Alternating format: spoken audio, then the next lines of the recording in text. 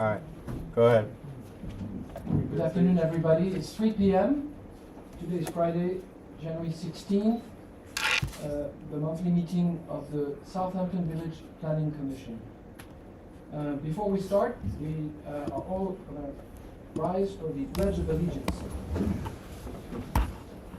I pledge allegiance to the flag of the United States of America and to the republic for which it stands, one nation under God, indivisible, with liberty and justice for all. Then I will introduce the members of the Planning Commission. To my left is Michael Anderson. Then we have Christian Picot, who is the co-chair of the Planning Commission. Jeannie Drulas had a death in her family, so she couldn't attend today. And Jacob Yahanian on my far right. Hi, Jacob. And my name is Michel Brogard, and I'm the co-chair of the Planning Commission. The first item on the agenda, and I remind everybody that the agendas are publicly available on the village website, posted a few days before each monthly meeting of the Planning Commission. So the item is motion to approve the minutes of our last meeting, which took place December 12, 2025. I'll second the motion. Thank you, Christian. Everybody All in favor? in favor? Aye. Nobody opposes? Okay, it's approved. And item number 3 on the agenda is electoral reform with ballot proposal, and Christian is going to walk us through this. Okay, well, thank you, everybody, and welcome today. Let me review the proposal in your packet. For those who are listening at home, you can read them on page 2 of today's agenda for the Planning Commission that is posted on the village website.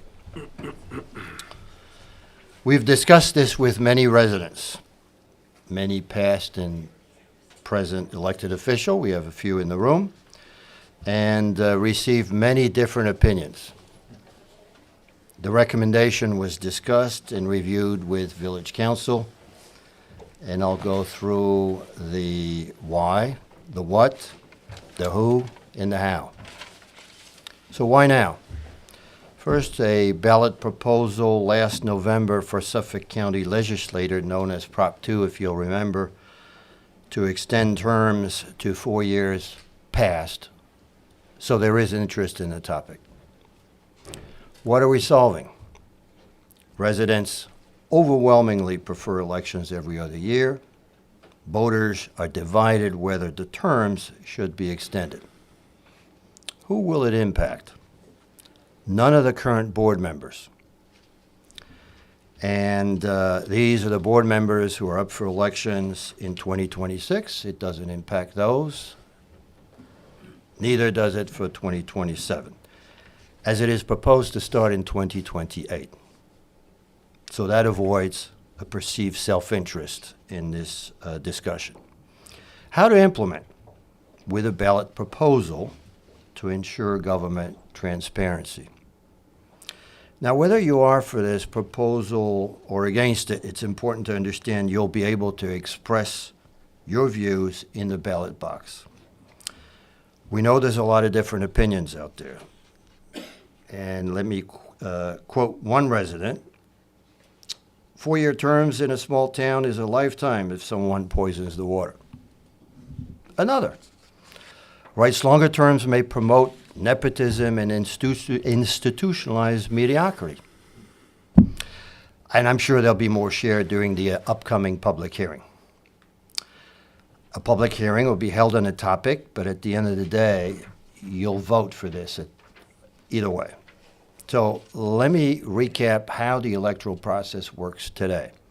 First, you have elections every year. 2, in order to maintain a staggered board, you have elections 1 year for 2 trustees, and the following year, elections for 2 trustees and a mayor. So you're going to have elections in 2026 for 2 trustees, and in 2027 for 2 trustees and a mayor. That's how it works today. The recommendation are, one, to have a referendum on June 19th, 2026, for voters to express their choice for on a proposition. 4-year terms resulting in a biannual cycle. Voters may prefer elections every other year, as I said earlier, ensuring continuity and stability, and we'll go through that. And it still maintains accountability by your local government. An implementation starting in 2028. This will effectively result after that in an odd year election cycle thereafter, and the election remains in June. That allows for voters to focus on local issues so that they are not subsumed by regional and national issues on an odd year. So if you have elections every other year, should the terms remain 2 years, change to 3, or 4 years? So let me go through each one. If 2-year term, then you'd have an entire board together up for election.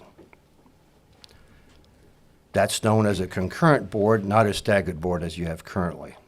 That means an entire board could be changed every other year. I read someone proposing that approach achieves administrative efficiency without weakening voter oversight. It'll become clear in a minute why this is a bad idea. If 3-year term, you'll end up with an election with 1 year off in 2 consecutive years with an election. That doesn't solve for elections every other year. So therefore, a 4-year term makes sense if voters want election every other year.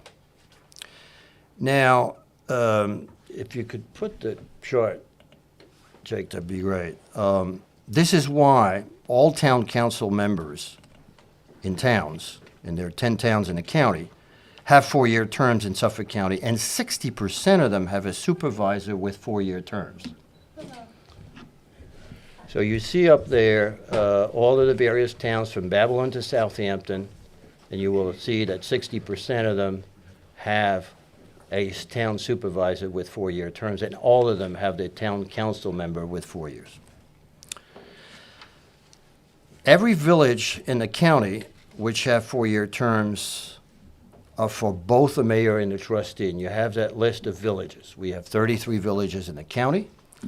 Half of the villages have these 4-year terms, and many of the other half, and I'll include Sag Harbor as an example, have brought up the idea at one time or another.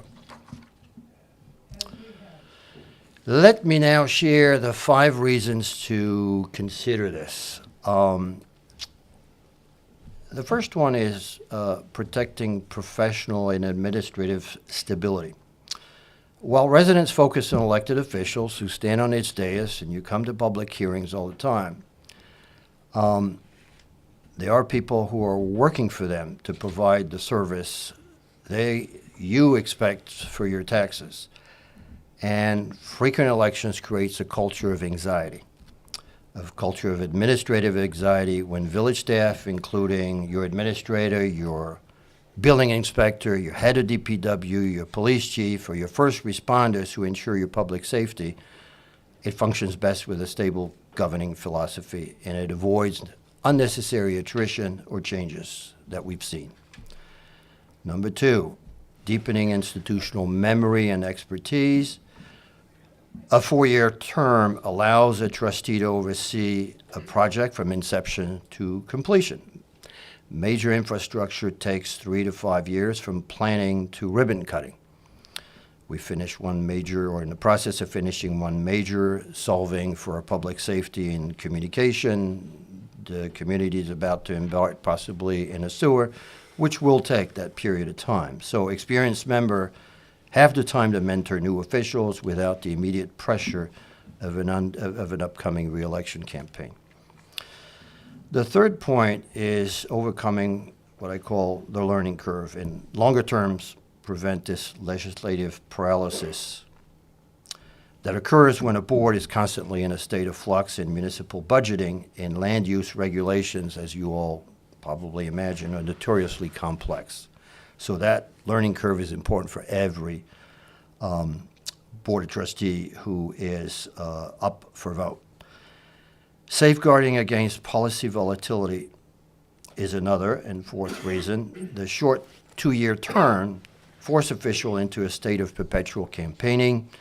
Elected officials are listening to residents regularly, not just during campaigns. And with our 4 years, officials can make necessary decisions like controversial zoning change or tax adjustments and have time to prove that the decision's long-term value to the public. Allow me to quote a former mayor of Southampton who served many terms and who wrote to me on this subject. I always felt that having an annual election cycle impeded progress. He writes, sometimes board members shy away from potentially controversial issues because they were up for election. This is a guy who served the community for 12 years. Financial, the last aspect, certainly not the most important, but the cost of running elections, to me, is to us to consider as the least and the last of these many reasons. One important one, though, is that a credit rating agency value the predictability that comes with 4-year terms. This village has a AAA, and you'd want to keep it, especially with a large infrastructure project coming up with your sewer.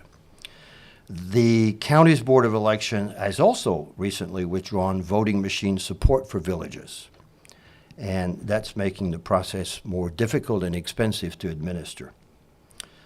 So let me now focus on the implementation so that we can have a visual how this would work.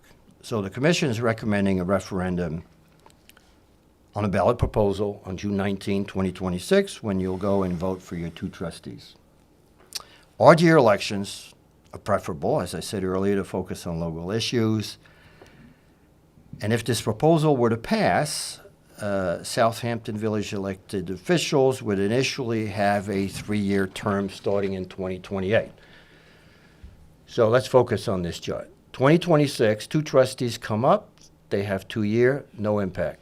2027, 2 trustees and 1 mayor come up, 2-year election, nothing changes.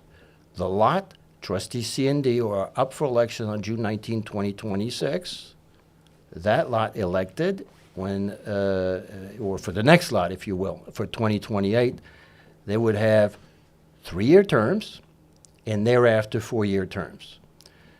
The mayor, trustee A and B, up for election in 2029 would have 4-year terms. The reason you do 1 lot with 3 years initially and everybody thereafter on a 4-year term starting in 2029 is simply to end up with an election cycle every odd year, which you have on this chart. Look, as a conclusion, and we'll certainly invite all of you for comment, let me repeat this. It doesn't reduce accountability. Voters still have a voice every 2 years for half the board. So again, who will it impact? None of the current board members up for elections in 2026 and 27 as is proposed in 28. And it avoids any perceived self-interest in this proposal.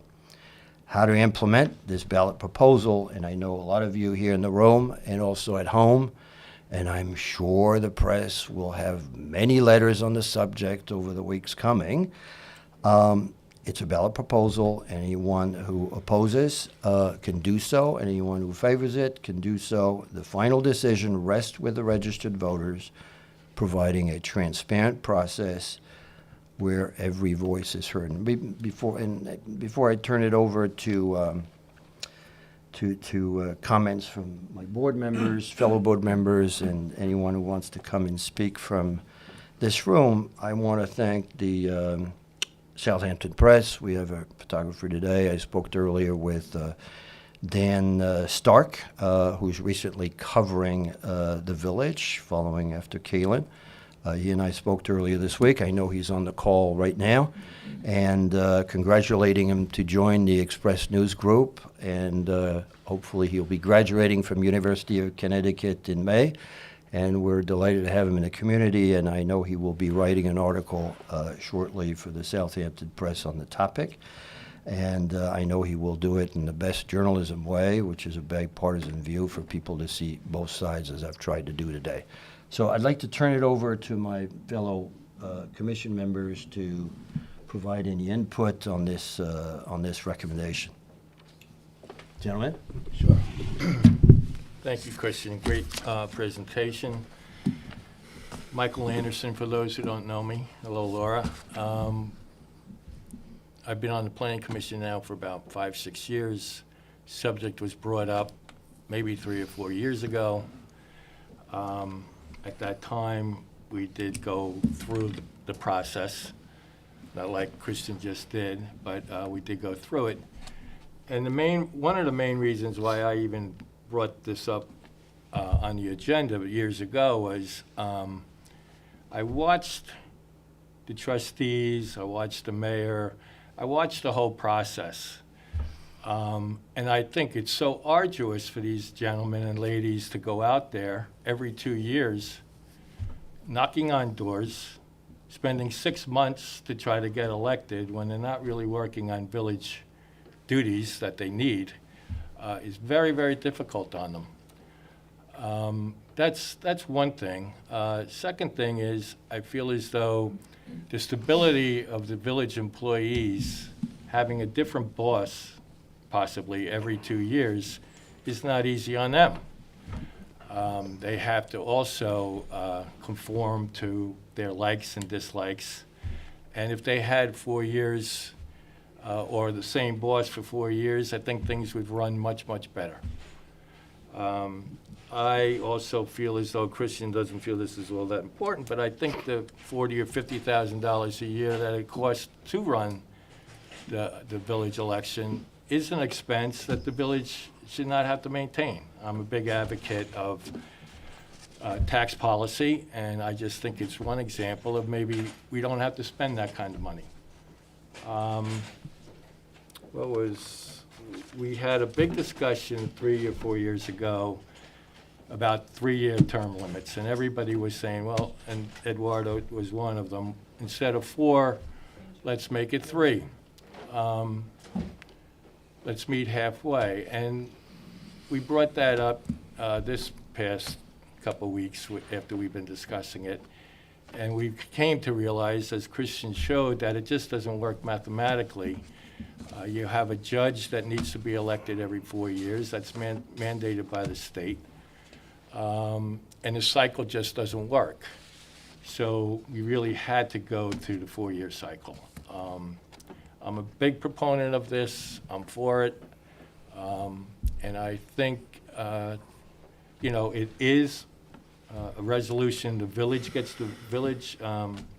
voters get to vote on this. If they don't like it, then we revert back to the 2 years. If they do like it, then we go to the 4.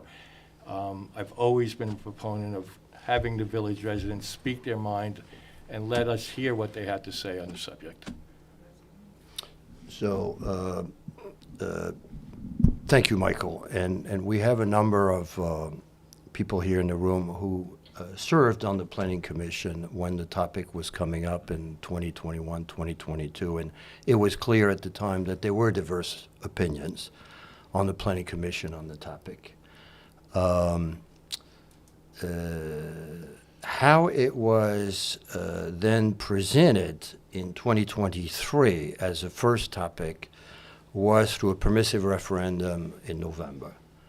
And let's be clear, if you do a permissive referendum, well, let me just backtrack. If you look at village law, you go to NICOM, and how do you change the election cycle? What it says is you can do it through a permissive referendum and recommends you do it that way. What is a permissive referendum? It's legislative action. You put it up. Residents have 60 days to file a petition, and you need to have 20% of the total registered voters to oppose that. So if you do the math, you'd need 700 signatures. And this came up in November, and everybody in this room and throughout the village said, you can't jam it down this way. So we let time go by. When I said, why now, we saw a proposal by the county legislation to move from 2 to 4 years. It passed, and that's why we're putting it on the table here, but differently, which is a ballot proposal for everybody to actually vote on it. As I said, there's going to be a ton of opinions between now and June 19 of one way or another. Everybody can express their First Amendment rights, but at the end of the day, you'll all go to the ballot box and put in a decision, and the outcome will be yours to drive. So thank you for that. Michel, any thoughts? Yeah, I'll just want to mention something. The Planning Commission is nominated by the mayor, and the mayor, from time to time, asks the Planning Commission to look at issues. So we're not here advocating. We had done the research. Christian obviously feels strongly that this may be a good idea, but this is just a forum, and super happy that so many people seem interested in the subject. Sometimes we're here with literally 2 or 3 people because nobody cares about the subject, but this one seems to be creating a lot of interest, and I think this is good, this is healthy, this is what democracy looks like, and I'm grateful for everybody in the room, especially the celebrities, Kimberly Allen, who used to be a trustee, and we have Trustee Coburn, Trustee Simeoni, Trustee Zenenti. And we've got another trustee over there, McLaughlin. Trustee McLaughlin is in the background. So we can see a lot of present and past elected official who cares about this issue and are here. And I think that's absolutely terrific that we filled out the room. I know some people in the front row are here perhaps more for zoning, and we'll get to that in a minute, but that's where we are. So do you want to say anything, Jake, on that topic, and then we'll hand it over to any public comment? Sure. I've had the good fortune of being on the planning board under a prior mayor and now serving with my colleagues on the planning commission. And I look back in our village's history and the characteristics and the needs of the village, I would say, over the last 25 and 30 years. And the way I look at it is basically 2 or 3 aspects. Ultimately, as Christian mentioned, it's for the village voters to decide if this is appropriate or not. However, if those of us who've been involved with our village now going 25 plus years, if there is a general consensus that the needs of the village and its population have become much more pronounced, whether it's environmental, whether it's real estate, whether it's social and education and whatnot, and using that as a precursor to have continuity in solving those village needs by allowing the 2 to 4 year tenure, then it warrants a consideration for the village. And that's really the way I look at it, is if the needs of our village have become much more pronounced, I would say over the last 25 and 35 years, and my perspective is it has. I mean, things are a little bit different now than it was 25, 30 years ago.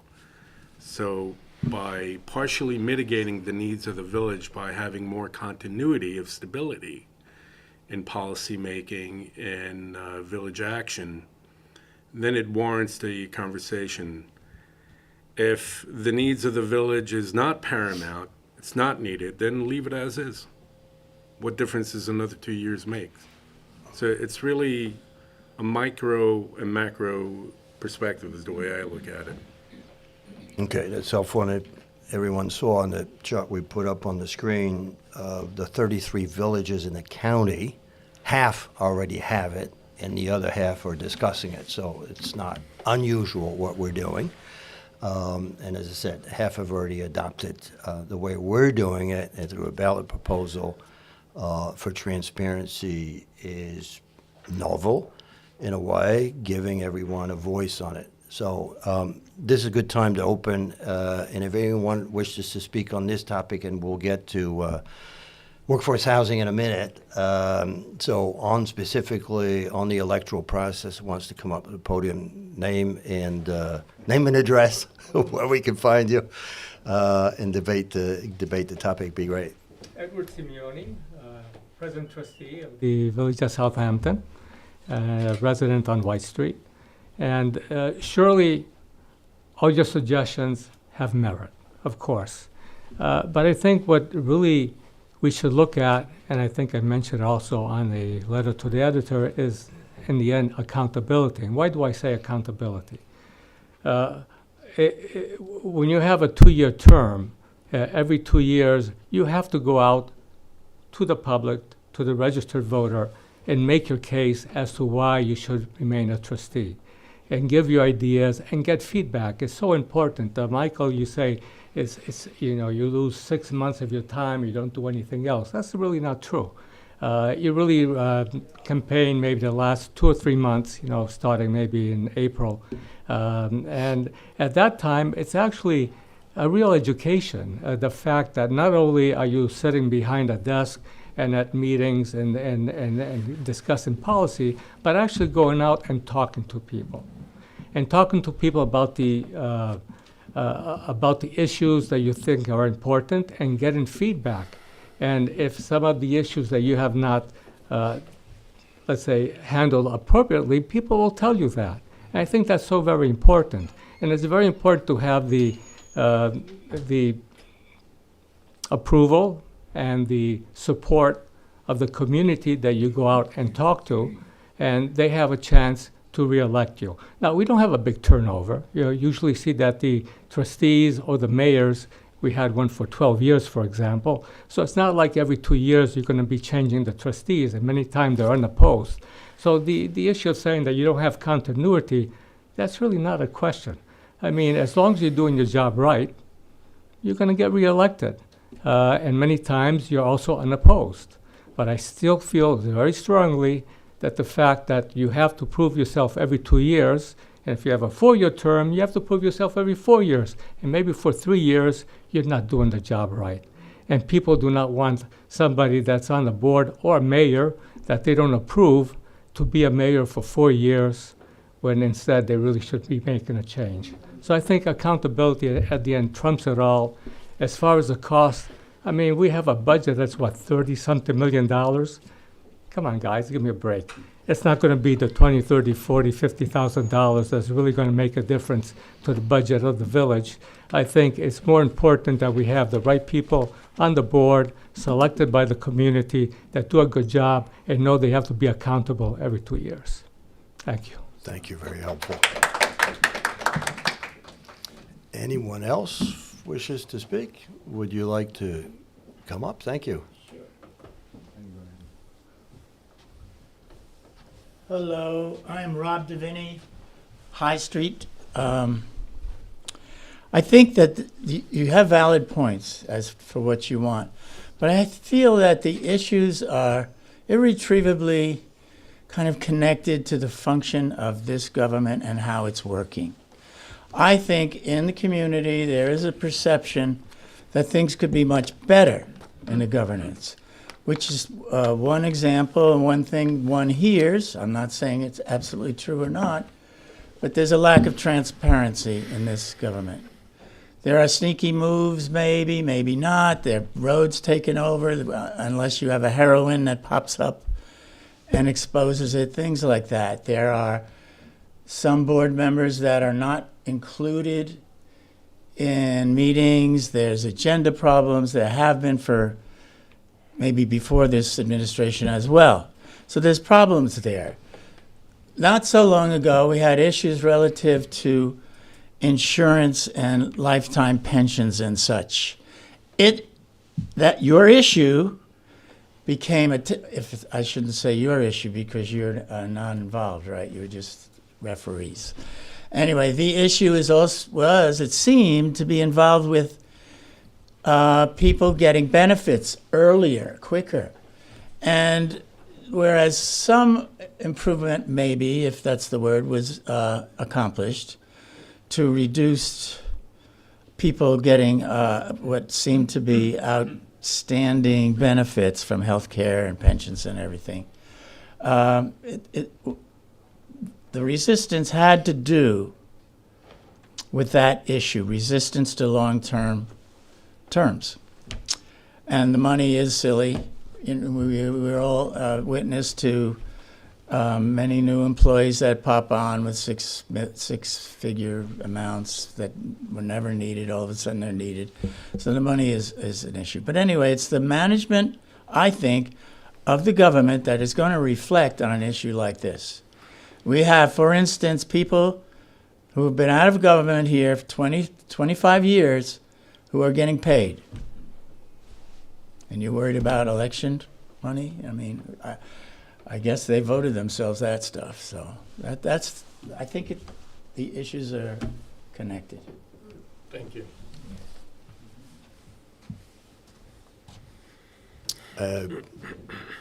Deputy Mayor, Trustee Zanatti, if you want to join the podium, sure. Good afternoon. Len Zananti, Burnett Street. We all have personal opinions on this issue, which is, the way we are. But I think the heart of the matter here is that your proposal is that it should be a referendum, which is the most transparent thing you could be recommending, that everybody gets to express their opinion at the ballot box. That's all I wanted to say. Thank you. Anybody else? I guess all the trustees are going to get some airtime.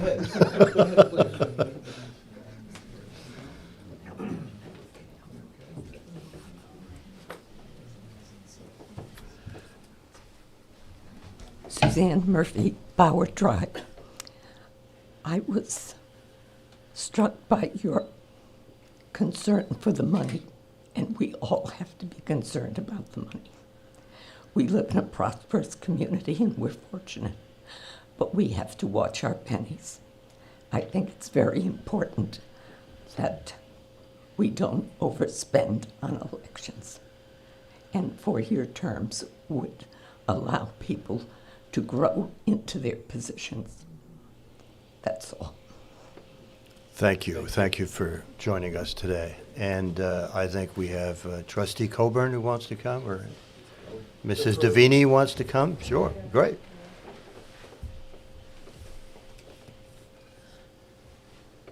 Laura Davini, 40 High Street, former member of the Planning Commission. Yeah, I was a member when this first came up, and it was either tabled or in public trustee meetings just done away with. My question is, not question, I want a confirmation. Is the trustee and mayor's job, are they considered part-time?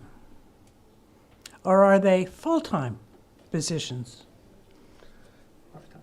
It's been my understanding through the years that they are part-time positions, alluding to the fact that they have other interests and other ways of making income, jobs. So you're asking, or what your research did was 4-year terms. Now that sounds to me almost like a full-time position. I mean, you're saying that, it gives them, they're going to be present, they're going to be able to answer questions, they're going to be able to do policy, and if they're full-time, yeah. But then that also alludes to money, salary, and benefits. So I like the fact that they're part-time. That pleases me, because that means that part of their time they're out in the community dealing with things in the community, and that's wonderful. That's what they should be doing. So I'd like them to be part-time. I noticed recently that sometimes it's very difficult coming into this building, finding a trustee or a mayor or anybody in residence. Where are you? But they're part-time, so, I take that on myself. Okay, you're a part-time guy or woman or person. So anyway, my thing is that we tabled this a while ago, and it's been brought up again, I guess, at the mayor's behest. Sorry, it was brought up in November 2023 in a format that all the residents were up in arms on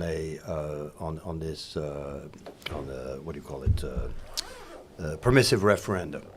And this debate has not come away, and it was reinforced by us after seeing the elections in November of Prop 2. And so we brought it back up on the table. The mayor likes the idea to have, give people a choice. Well, this gentleman mentioned that, your things are brought to you to research and discuss by the mayor. Am I wrong? The mayor or trustees. Yeah, okay. Well, anyway, about a learning curve, I think we've had the learning curve. The public gave us the learning curve. They said no. So if this does go to public referendum, I suggest that in addition to any public referendum, that there are a series of public meetings prior to any referendum that just appears on a ballot, because this thing needs to be fleshed out. Okay, that's all. So, Mrs. Davini, thank you very much, and I enjoyed our time together at the Planning Commission when we did discuss all of these issues. And as I said earlier, we all had different opinions, and debates and challenges in a community is what it's about. And the civil ones are terrific. So, I did want to. Rob told them. I just wanted to make this point clear. This is a proposal. We're sitting here, we're not sitting up there. We have trustees who have to decide on the merits of this proposal, put it up for vote to initiate a public hearing, and whether they want to do that or not, put it through a public hearing. So all this group and many others for and against will come at that public hearing and have different views. The purpose of this meeting is to look at this, think about it, maybe have different ideas in the way it's proposed, or have questions about why are you thinking this way. So this is more of a planning commission meeting, which is, we're not sitting up there, we're sitting here with you. This is what we're thinking, and getting your input as to, hey, do we want to have a different recommendation for the trustees? So we're still in the draft recommendation phase. It's up to them to figure it out. After these are the people you've elected, but there will be public hearings on the topic for sure. Rob.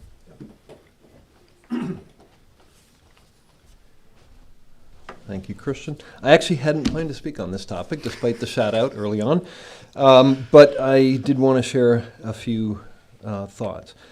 First and foremost, I'll say, I trust the wisdom of the voters in a referendum to tell us what they like, and we should abide by that.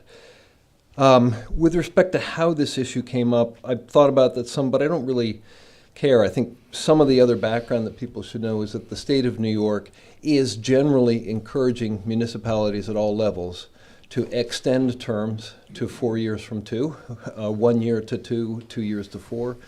And also to vote on even year cycles, by the way. So that's, having said that, they generally exempt villages from their mandates. I think I'm saying this right. I'm looking at my fellow trustees. You are. So we have more flexibility than towns or counties do. The state has some more carrots and sticks they can hold over others. But I did look at the list that you had. I mean, it looked like there weren't many villages that have adopted 4-year terms yet. A number of towns have, or none of the villages around us. It looked like East Hampton, Sag Harbor are still on 2-year terms, or at least weren't. So East listed. Hampton Village is on 4-year terms. They're And on of the 4-year 33 in terms. the Okay, sorry. it's 33 in the county, half.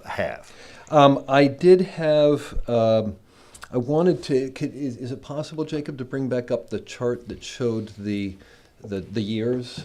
No, not that one, but the plan of The one after. the chart. Yeah, this There one. you go. Is there a reason why the 3-year initial term wouldn't start in 27 as opposed to starting in 28? because that would get us on an even year. It feels to me like all things being equal, it might be better to be on an even year schedule. Yeah, so this is this is a really interesting point. Why even versus odd year? Our thought on this commission is that an odd year moves you away from the narrative of regional and national elections and allows for you guys to have a voice out there when you go speak to resident about just local issue, and you focus in June of an odd year on just things that the residents are concerned about that are not regional or national, that could animate debates in the wrong way. You want your residents to really have your ear and you to do what you need to do. There's another reason. Yeah. The reason to not go to 3 years at the June 27 election is it would appear to be self-serving to some people who may seek re-election then, and then would have a 3-year term instead of a 2-year term. So we wanted to make sure Separate it more. that Yeah. the 5 of you Well, have nothing in that game. To Christian's point, I would just say there's some people who might say that given the state of elections and politics at other levels, it might be nice to be able to focus on local instead and avoid some of the noise, but I'll leave that to others to discuss. The last point I just wanted to make is, you know, I've been in the village now for 36 years, and I've spent a lot of time, long time ago in East Hampton Village, more recently in Sag Harbor Village and Shelter Island Town, doing significant projects and having significant interaction with public bodies and observing how their boards, from the town or village board down to through all their land use boards, how they work, and how their village halls work and town halls work. In all those cases, my observation is that stability and continuity for employees, for key employees in particular, but all employees, comes more from the senior administrator, the administrator or the clerk, than it does from the elected officials. There can be a tone set, but in terms of actual stability and comfort and a sense of safety and productivity in their jobs, in those municipalities, in the Southampton Village for a lot of the time I've been here, that sense of comfort and stability is a tone set more by senior civil servants than it is by the elected officials. So I just throw that out. Thank you. Mrs. Allen, great to see you. Thank you. Thank you. I'm glad I reached out to you the other day to come. I am too. Thank you. I appreciate that. So, our village residents are really smart, and they're going to know what's going on. And it's good that we're putting the vote in their hands. I think that's what you're proposing. So you can't get anything past our residents because they'll get it. Even, they may not get it right away, but they'll get it if they don't hear about things. Back to the FOIL issues, but we won't go there. But I have to change the narrative a little bit. First of all, I heard this culture of anxiety of having to be elected every 2 years. I ran for office several times, and yes, one spends time doing that, but you knock on doors and you really engage the community, and I think that's one of the most valuable things about running for office is, I mean, I've knocked on all of your doors, as a matter of fact, and hearing what you have to say. I think it keeps you really close to everyone. And given that it's in the summer, you get people that are here in the summer as well as the people that are here year-round. So that's just a different way of thinking. The other thing is the continuity. You know, when I was a trustee, I was one of 5, and there were staggered terms, and there were people who were very upset about certain things. One was, I know this sounds trite, gas leaf blowers. So we put in the first restriction for gas leaf blowers, but we had a plan, and the plan was we were going to eventually do away with it. That wasn't going to happen in the first couple of years, but it was going to happen in 3 or 4 years. But the next mayor took that on and continued with it. So it wasn't as though the new person comes in and they just absolve themselves of what the previous administration and the policymakers and the planning commission and the master plan say. They actually build on it. So I don't agree with the narrative that you've lost continuity. I don't see that at all. And you've even mentioned reaching out to a former mayor. So you kind of you have institutional knowledge here. And if you're reaching out to those individuals, you keep that institutional knowledge. I will also add that what Rob Coburn said, Trustee Coburn said, is also very true, which is the trustees are part-time, and they're here to enact legislation and ensure commerce and safety of their citizenry, and they're here to help shape policy. But the running of the village is the senior village administrator and all the very senior civil servants, the police chief and, the volunteer fire staff. So I wonder if we're kind of mixing it a little bit, mixing apples and oranges. Trustees are there to enact legislation and a number of other things. It's in the code book. So anyway, the only other comment I'll make is glad that you're seeking input. I think you feel strongly about it, and I think there are other sides to it.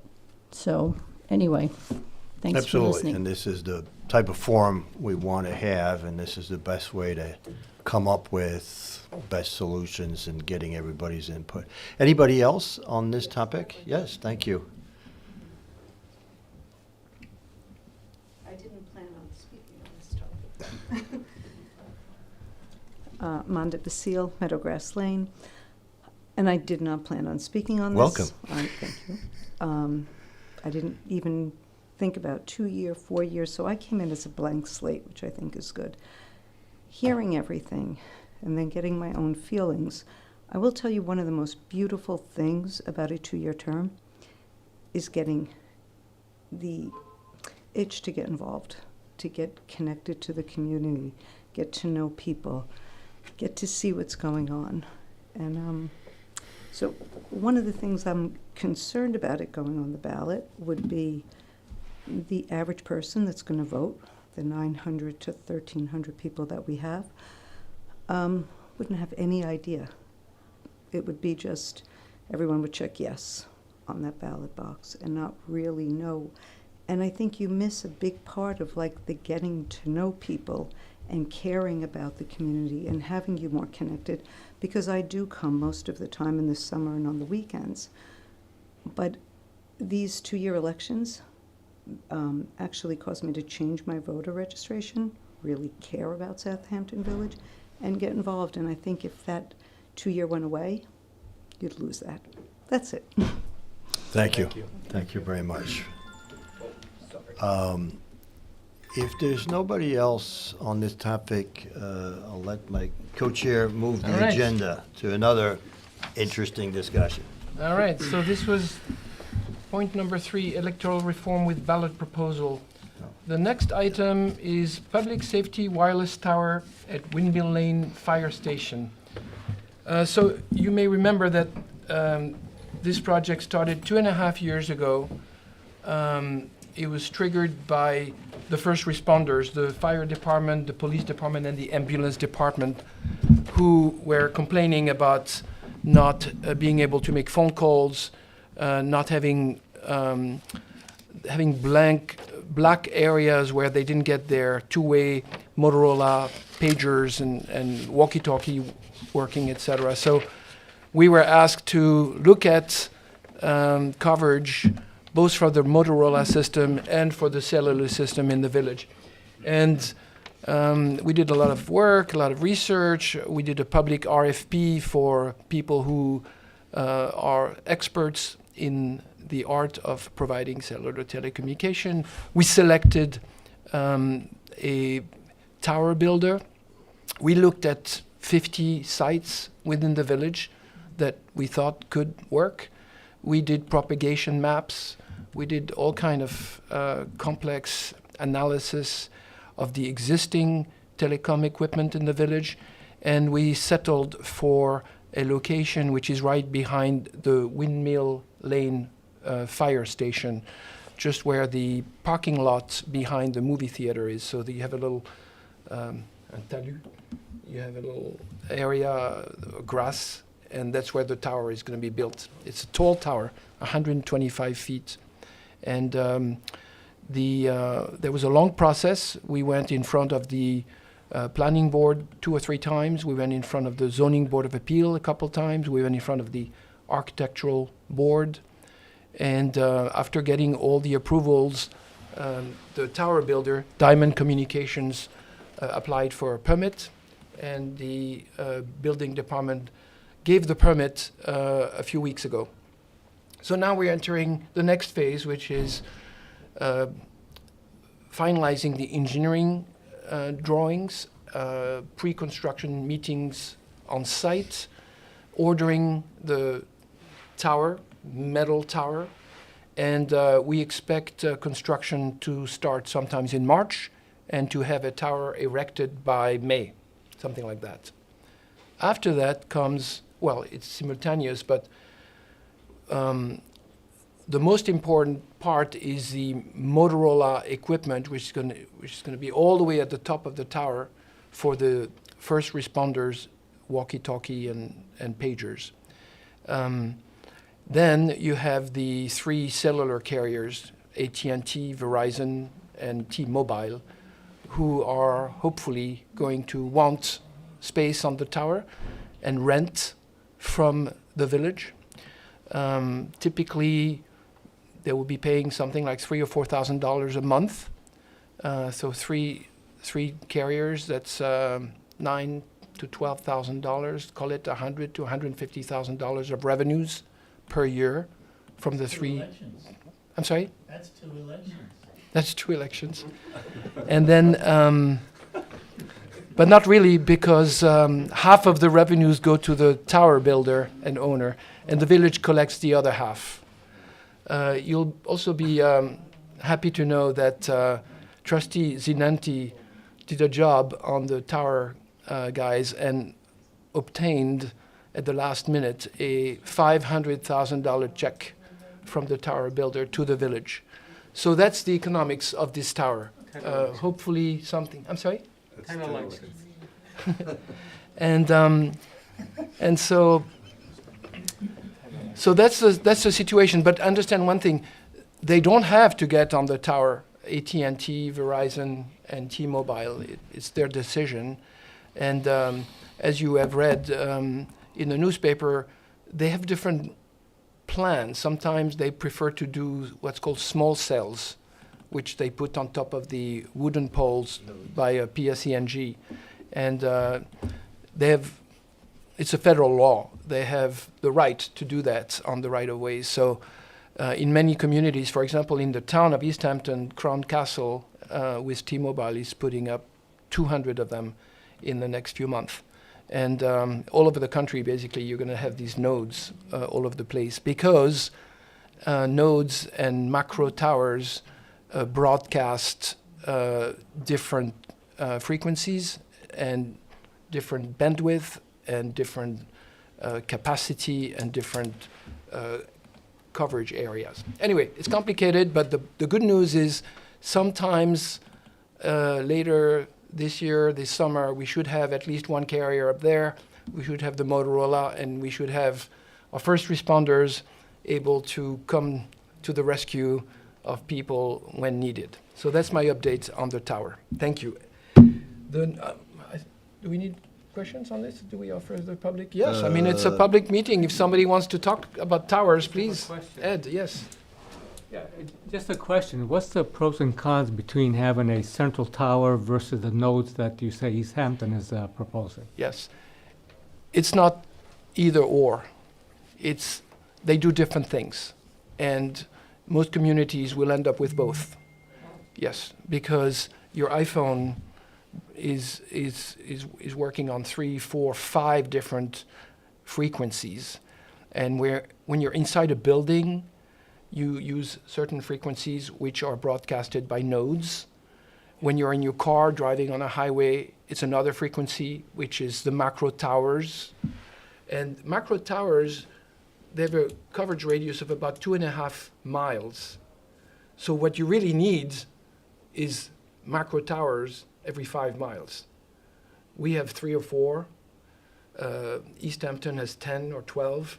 You'll have more. Basically, we all need, and the consumption of data is increasing exponentially. We all do it, our cars do it, etc. So eventually you'll have more and more macro towers and more nodes. In New York City, I don't know if you've noticed, but they have built overnight, it seems, hundreds of these nodes that are 10 feet tall. The other thing is the three carriers don't really communicate. They don't do things together. They do things for themselves. They have their own capex. They have their own timelines. They have their own frequencies. They have preferences in terms of markets, some, etc. So it's complex to speak, and we speak to all of them. So we end up with a combination. We'll have a combination, correct, yes. I mean, for now, if you may remember, I think, you were trustee then and you voted for this. What we did, the commission recommended you guys a law on SWF, Small Wireless Facility, to preempt under the FCC guide for a Crown Castle with nodes to show up in your village and plop them in front of people's house in the right of way and piss everybody off. So we have coded that already. You guys voted on it. It's in our code, so we preempted that. But whilst we're sort of, Michelle is doing effectively project management on behalf of the trustees on this, and working closely with Len on this, for this macro tower to make sure we got everything in order and it moves along just like it's been done everywhere else. We know the nodes are coming up. Well, Michelle and I had a call with regional director of T-Mobile Northeast region on Monday or Tuesday, and we were discussing ahead with Crown Castle, what does T-Mobile think is Crown Castle's going to want in terms of nodes now that we're putting up a tower. And we know we're going to have a meeting with Crown Castle in early February. Who's going to tell us? We already know what they're going to tell us, because T-Mobile told us they may only need 15 of them throughout the village in addition to the tower, if they go up on the tower, which we need them to do. We've seen some plans, a location of where these nodes could be. We need to discuss it with you guys in the community if we have a choice about that. So we're at a very early stage, but Michelle wanted to give you a heads up of our most recent meetings. The way these nodes look like is it's a metal can on top of the PSENG existing wooden pole. Right. Most people wouldn't even notice them. But at the bottom of the pole or mid-pole, there's another metal box which contains all the electrics, etc. So it's a little unsightly. The other thing is they can contain 2 carriers. We did a lot of research. They don't contain 3. It would be too heavy and too big. So it's possible that some of these nodes would accommodate T-Mobile and AT&T or T-Mobile and Verizon. But eventually, over the next 10, 15 years, all of the 3 carriers will have nodes, and probably also what's called small cells inside buildings, in shops or village hall, etc. So the 5G network, which is used more and more by everybody all the time, is going to be omnipresent. I have another question. Yes. I have a residence in Manhattan, and I'm part of the board there as well. And on the top of the building, we have Verizon and T-Mobile, and we can hardly see it, but they have their antennas or whatever on the top. Instead of having these nodes, or maybe even the central, why can't we put those same type of things on top of buildings, like in the center of the village? We already have plenty of those on top of the hospital, for example. Right. There's dozens of these antennas, etc. Could go on top of the building. Yeah, each antenna broadcasts differently, etc. So we'll have all of them.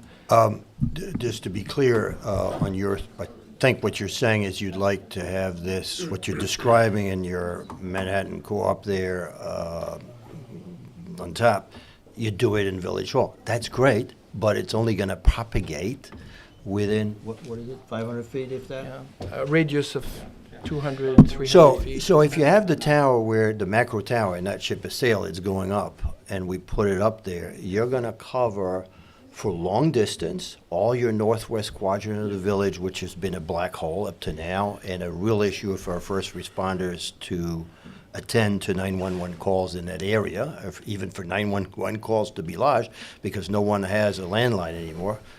I mean, the days some of us had a telephone in the kitchen, and that was what they are gone.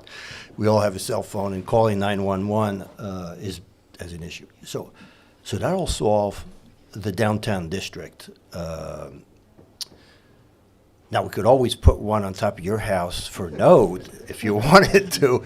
And you may get rent for it. We'll make sure to recommend your property to Crown Castle. Here's the point. We think there's probably, if they go down that path, we don't know, it's 15 of them through the village. Some resident are going to see them in there right away, right in front of them on their grass on the street. They're not going to like it. That's 15 resident out of 3,500 houses. But you're elected officials for everybody, so we need, and we're your advisors to figure this out. So we're working on it. I'm just playing devil's advocate so that we can get more, Yeah. information from you so that we understand why Yeah. you actually need the central. Yeah. Okay. So But I'm you glad you're here on this planning commission. There's something meeting, because else I we've should been tell talking you. about this for a year and a half. There's at every other meeting. good news. The town of Southampton is building a very tall tower at the transfer station, and one at Oakland Restaurant Docks. at the inlet. And so there'll be a moment in time over the next year or two when we will have a continuum of service signal from all three main carriers, and this is a safety issue foremost, but it's also a comfort issue for everybody. And then there's one more thing, Starlink. Everybody's dreaming about Starlink. So Starlink is coming. Starlink will work on your iPhone in areas where there is no alternative, like if you're in the desert in the western US, or some areas of Long Island where you still don't have coverage. So you'll have Starlink, but it's not a cure for everything. It's good for certain areas. It doesn't have the same bandwidth, the same speed yet, etc. It's more expensive, etc. But it's coming, and I think we'll have a cocktail of all these systems. By the way, the police department here has Starlink as a safety issue if ever the cell system were to come down, like it did in a hurricane in West Virginia recently. We have Starlink so that we can at least have the police department communicate. But don't forget, if you are in a building, you can't use Starlink because you need a clear sky to connect to satellite. So you won't be able to do a 911 call, or a first responder to going to your home who needs to connect with whatever. It won't work. When we had these discussions and public hearings on the topic of this cell tower, a lot of people came and said, why don't you do nodes, why don't you do Starlink? And we did a lot of work on this. And I think Michelle answered the question. It's going to be a mix of all of that. I want Kimberly to talk. I just want to say on Starlink, one of the big issues is it doesn't propagate laterally. So this Starlink connection that the first responders have works on the vehicles when they need a backup, but when they're in a building or in a blind spot laterally, it doesn't actually work for true emergency communications in a lot of settings. Spot on. Thank you. Kimberly Allen, thank you. I have a question. Is it the node system? Is it possible for them to lowball a certain area because they only have a couple of people down there, or is it guaranteed that the coverage from the cell carriers will cover the entire village, beach, So- everything? Can you repeat the question? Yeah, Because can you come up unfortunately, and, so we- Sage can Actually, catch I'm it? speaking Yeah, now. Yeah, So, yeah. Yeah, after. all right, why don't we lot of put some order to this? We'll let So- Mrs. Allen speak, and then Thank we'll repeat your question and answer it. sorry, Robert. Let me just get this out because I'm standing here. Thank you. You'll regret having invited me to this meeting today. Oh, no, I'm I'm- not. I'm delighted to So- have so many questions and people today, finally. The antenna is ugly as heck, but we needed it, and we had so many drownings, and we had so many people in the western part of the village who couldn't get telehealth, and they couldn't get in touch with their kids, and they couldn't do work at home during COVID. So, all these other things weren't present at the time, and you had to go with what you had to go with. You have to start somewhere. On the aesthetic side, we live by the cell antenna over on Potato Field, which is right behind on Mariner Drive. It's ugly as heck, but I just want you to check on one thing aesthetically. They had, at one point, a flashing light that was so irritating. I don't know who spoke to them. They've now changed it. There's no light. That's a big deal, that you don't have a light. That's a big Yeah, benefit. so that's an FAA requirements. We looked into that. Yeah, you When need it's to be over 100, 250 feet Okay. tall, and we're 125. Okay, so that's good. yeah, we addressed this. This is a diamond tower that was put in about 20 years ago. It's a lattice. It looks terrible. You know the interesting part? Can I just finish with my second part? Thank you. Sorry, I got your answer, and I don't want to waste everyone's time. The second one is finance. Is the $500,000 that's coming to us free and clear, meaning we can put that in our, or is it being used to construct the basis for the tower? Free and clear, but probably a portion used for the Motorola equipment for the fire department. Because as you know, Andrew Polaro and to some degree, we worked on the cell antenna over by Cooper's Beach, and they gave us $350,000, but that went to the construction of the cupola for the cell antenna. And we didn't make as much money because they on the revenues, and I don't know if you received revenues gross or net, or do you know? We still get the revenues we checked. Right, from that, Yeah. which should be, perennial, right? Yeah. But the point on that is there's not that many telephone users, and that's how they there are not that many cell phone users, and that's how they calculate how much money you're going to get.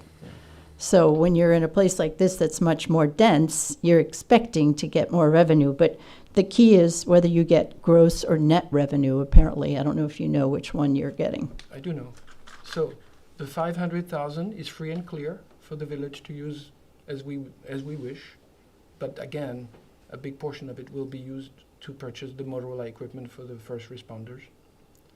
And the revenues that we receive from the carrier, the 3,000 or 4,000, is gross and is net. They don't take anything Out of it. this. It's So it's the same 50% of number. gross Got revenue, it. whatever they are on the ARPU. Okay. With an escalator of 2.5% over the 25-year Okay. life of the contract. And they maintain themselves. So the village doesn't pay anything, like every 6 months somebody climbs on the tower and the carriers have to make their adjustments, etc. We don't pay any, You don't do any that. of that. By the way, one more thing. This tower will allow competition against the Cablevision monopoly. As you know, we all have to pay 80, 100, 150 to Cablevision, which is the only game in town. But once you have these carriers and you have good coverage there, you can get 5G into the home and get rid of Cablevision, which means that the prices are going to be more competitive. Another advantage of having good 5G coverage all over the village. I'm sorry, Rob Davini, please come So up. I only have one little question that I'm sure will be. me Oh, that's say what I wanted to say. Wow, the eloquence was wonderful. The modular system will cover 100% the whole village, correct? Nothing is guaranteed and nothing is 100% in life. It'll do the Well, best. death but is. Wait. If you have trees, if you have a big problem right in front of your house, it depends. The signal degrades. If it rains, it degrades. If it snows, it degrades. I understand, but I'm talking about geographically. You're going Yes. to cover this beach, the west beach, the east beach, Yes, even if there's not so many people that have that. correct. Yeah, it's about 2.5 mile radius from the movie theater, so Okay. it covers the whole village. So the nodule will not scrimp on a certain area? No. Okay, thank you.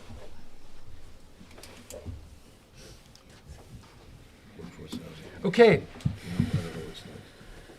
So next is Southampton Village Partnership. Jeannie Zroulas is not here today, so we'll skip it for today. Wait, sorry, she she did sent send me a message. Of course, I turned my phone off, I'm sorry. First of all, on Southampton Village Partnership, there is an article for all of you to read in a newspaper today, or whatever it was recently, and which describes the purpose of Southampton Village Partnership, which is to help shoulder, the businesses in the shoulder season. Jeannie, as part of the commission, has been helping spearhead the SVP. She did, and I apologize, communicate. So she's unfortunately not here today. She had a unfortunate death in the family. So, but she did communicate, despite that, to me. If I can get this cell thing to work, which is not, which is not. There it is. Let me see, Jeannie. Here we go. So. We're making progress on the SVP. Met with a smaller team on Monday, and we have a broad team meeting this Tuesday to review scope and website built. And Mr. Trustee Coburn obviously is there. We're engaged with local website creative agency to build a website in our continuing discussions to read a broader global goal. I mean, I think the point that she's trying to make is we have Trustee Stevenson and Coburn on the subject. We had nice coverage from the Southampton Press, so I want to thank him. It was a good article. And Jeannie, on our planning commission, is the liaison on this. The idea, which is in this article in the press, and she's saying to us that it is moving along to create this website for the as an initial phase for this SVP. So that's it on the topic. So you think we're busy at the Planning Commission? You wait, because now, item number 6 is the SCWA water tank project at North McGee in Tuckahoe Woods. Jacob?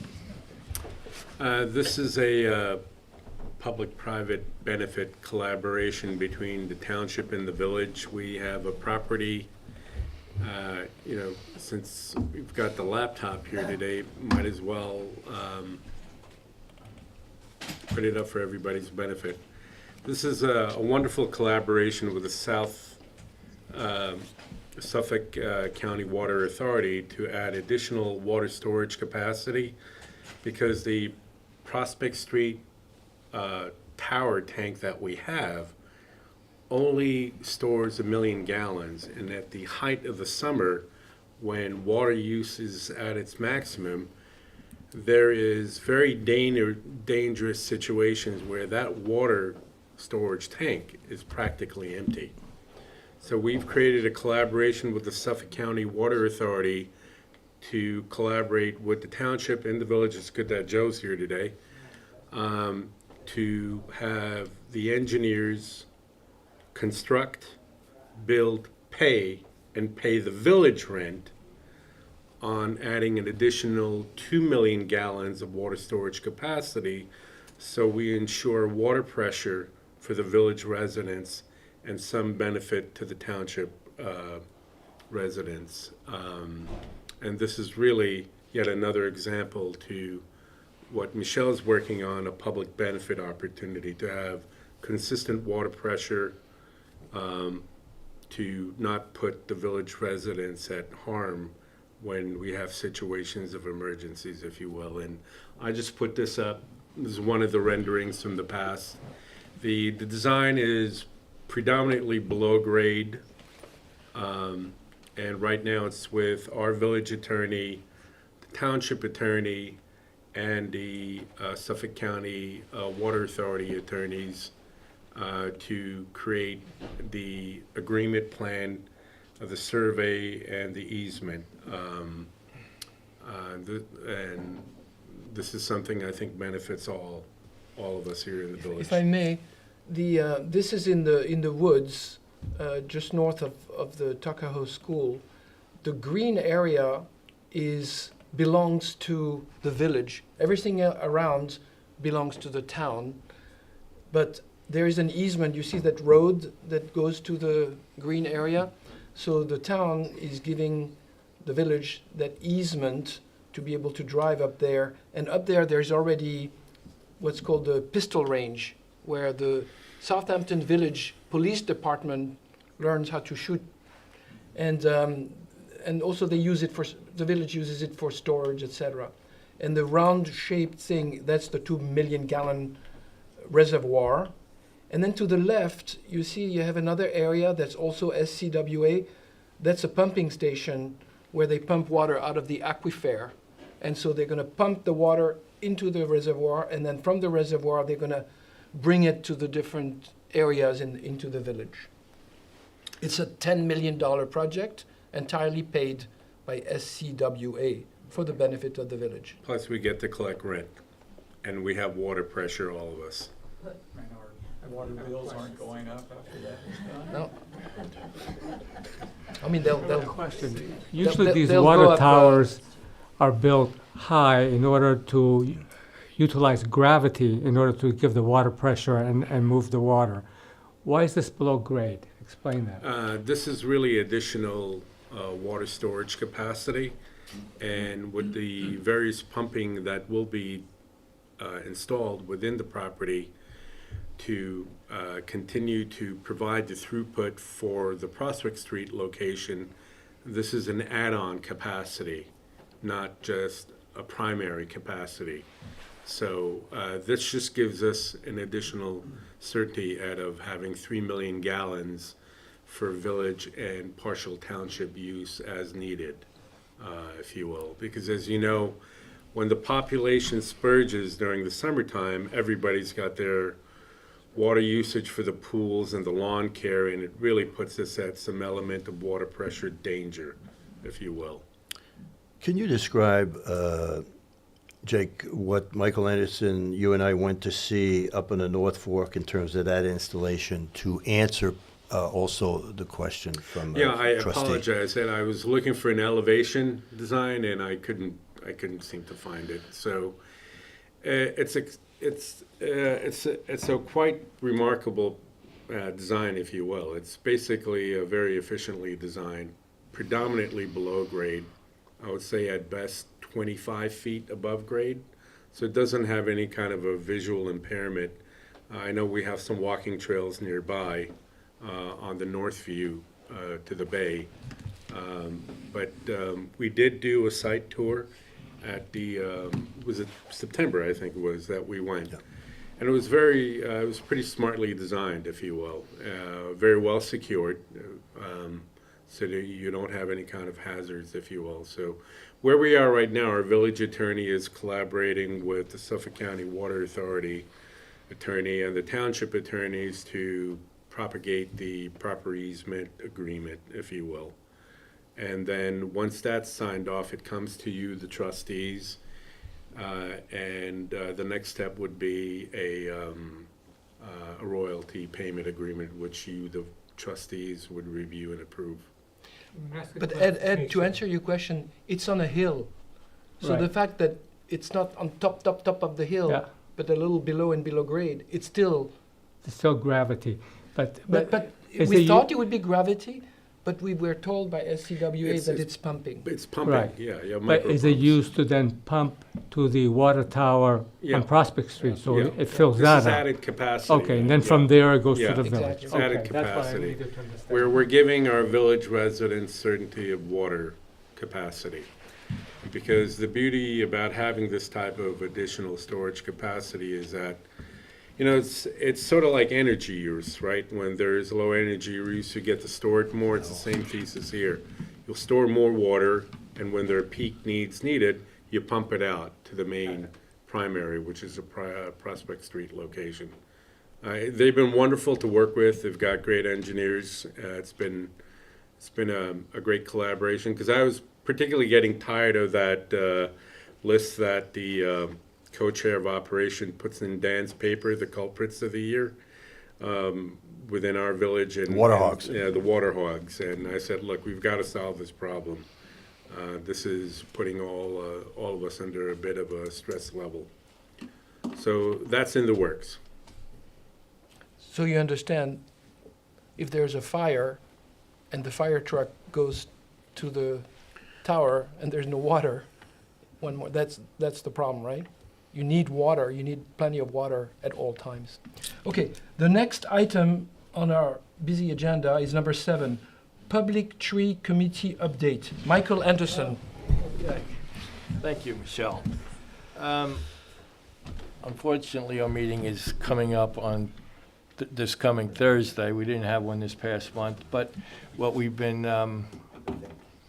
speaking of, recently are two main items. One is we're trying to get a budget put together for maintenance, tree maintenance and tree removal. Two different budget items possibly that we could send to the trustees.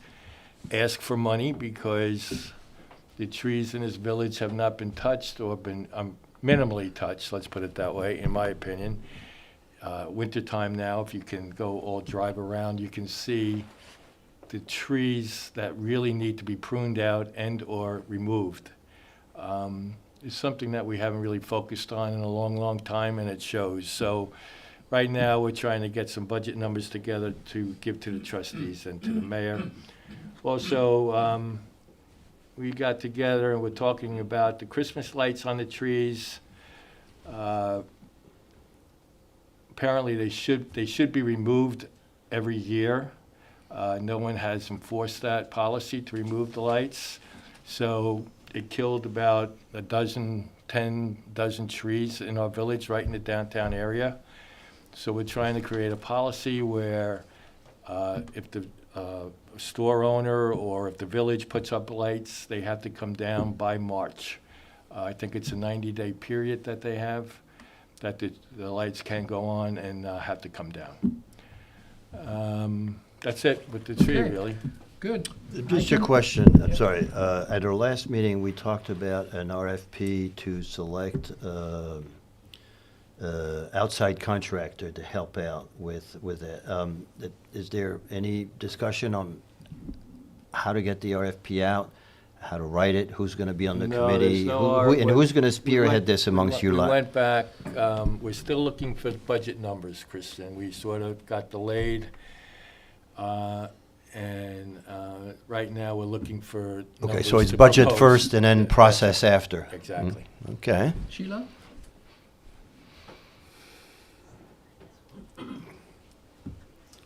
Hi, everyone. Hi, Sheila. Sheila Pfeiffer, Hildreth Street. I'm glad to hear that the lights are going to come off. I've been puzzled to see them there still. But I think there should also be a recommendation that they not use staples into the tree to put them up whenever they do put them back up. It's not necessary. You can wrap a tree That's what with a wire. From the knowledge I've been given, they wrap them. No, I've never go heard of look. staples. There's staples there. Okay. And that's Good to partly know. why the trees died. And we also know from research that's been done that light on, especially if it's on during the night, harms trees. In other words, it's not just a benign thing. I know everyone thinks, oh, it looks so pretty. But they need to go, right, they can't fall asleep. They need darkness to be able to reconstitute themselves just like we do. Okay. And I didn't bring all the documents about that, but it's, it's biological fact. So the current village code says lights out at midnight. The town has changed that to lights out at 10 p.m. And I think that your tree committee should be looking at, saying that those lights need to go out at some point. The trees need to sleep. Thank you. Thank you. Thank you. That's actually a good point. Okay. Item number 9, deer management. Michael Anderson. Okay. As most of you people probably do understand, we do have third year now of a deer management program. Suffolk County Deer Management has been hired by the village to institute this program. I guess this is the fourth year? Because this is the fourth year, because the first 3 years, we've gotten over 100 deer each year.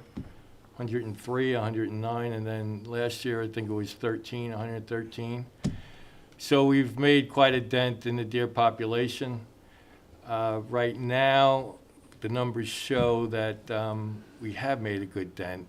There's two things. The deer total now of 59 deer so far taken this year, which is less than historically what is shown at this time.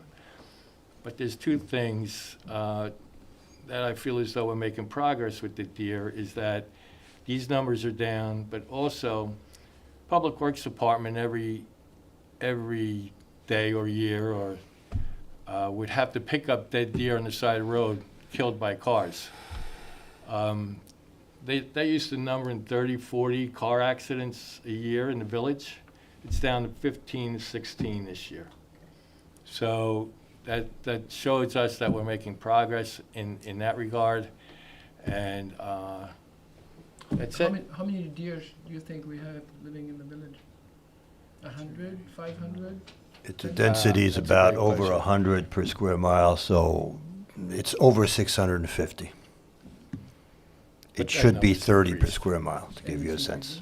Decrease. Well, right now, we're up to, the fawn population, pretty much we're keeping it even with the fawn population now. That's what we figure, about 60 to 80 fawn each year. So, Okay, that's what Michael figures. that's good. Item number 9, anybody interested in workforce housing? Yes, we have, That's why they're here.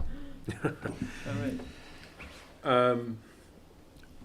I did 2 pieces of information that I'll share with the community today. One is a first-run analysis with the various programs from the village, township, county, and the state to partially help mitigate the cost to induce, maybe the strong word to use, a developer to create a workforce opportunity. And the second is the very obvious fact that the barrier to entry in our village to do any kind of workforce housing is very high. Our footprint is quite limited to begin with. So if you'll allow me, let me share with the community the initial analysis that I did, and then I'll go to the mapping, which I think quite a bit of the residents are here for us to digress on.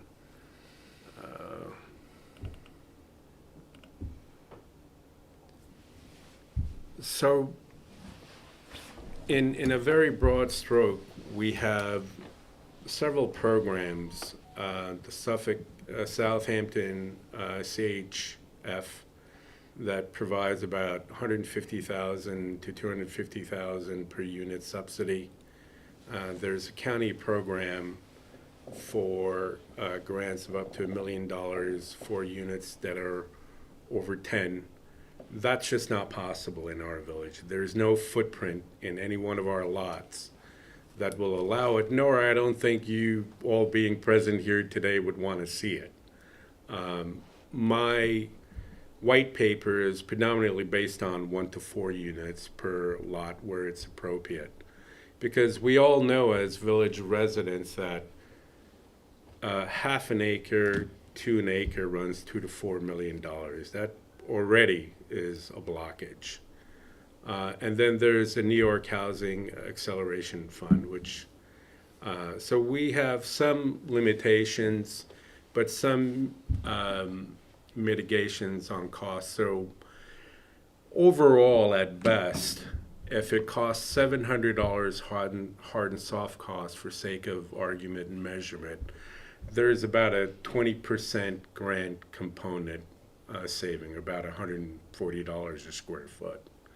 And this is just an original rough cut that I'm sharing with our village planner, Curtis Highsmith, and I'm happy to share it with the community. I shared it with Rob because he and I are working on this.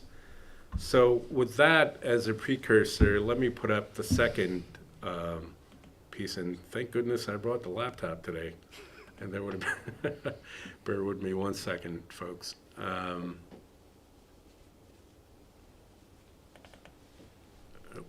this. Here we go. I think this is what every, at least those who are present here today are concerned about. On a good day, we can at best build, and I'm going to use an approximation, and this is village-wide, 8 to 20. And I'm being incredibly optimistic around the village of any kind of workforce housing. Now, when you say the term workforce housing in a village like Southampton, you take it with a grain of salt, because the cost of the lot is very high, to build is very high, and with about $140 cost mitigation to a developer, it's a tricky proposition to begin with, but something worthwhile looking at, because those of us who have children who've gone to school here and grown up here really can't afford to live here as well. So this is a mapping that was shared by our village planner, and thankfully Alex is here today. And so this is what I wanted to share with you, because I did two things. One, quantify is, all right, if we put all these programs together that we're talking about, if I'm an altruistic developer and I want to make some kind of a housing for a teacher, nurse, fireman, whoever, what am I going to say with this program? And my initial study suggests at best $140 a square foot. That doesn't include the $2 to $4 million it'll cost to buy a lot or whatnot. And so that's what I wanted to share with everyone. And this map is predominantly from the BFJ planning that was done from the prior administration to today. So all we did was we took what the village plan, master plan was that we were all present for and predominantly got voted in. We weren't consulted. That the BFJ master plan, that was from the prior administration. Where we had the artistic center and what we wanted to do for certain workforce housing and so on and so forth. I may be mixing my apples and oranges, but I'm going by from what the master plan was done and then what the recent study that the BFJ memo was prepared under this current administration. So there are two primary aspects to consider. One is, even if one were to build, it's going to be $140 a square foot savings. Is that a material number? Well, that depends on the individual who wants to build workforce housing. Is there going to be a developer who will commit $2 to $4 million to buy a half an acre, quarter an acre, third of an acre? It really remains to be seen, if you will. How many can we build around the village? It seems to suggest 8 to 10 in aggregation. And does that move the needle? It really doesn't. But you know, the question is, do we want to take a bite out of the apple one bite at a time? Or do we want to scrap and just forever be that village that does nothing to address what is already is impacting us anyway? That's causing us the strain of the inbound and the outbound traffic and the affordability, if you will.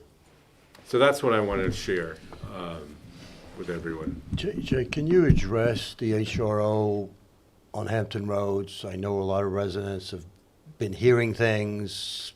I've read some of the emails that were circulating on the topic. Could you share with the residents who are here and concerned, what are we talking about here? Well, I look at it strictly from a footprint, and Alex, please step in and correct me if I'm wrong. This is a corridor that, through the consultants that were brought in, that seems to be plausible to do a rezoning for workforce housing.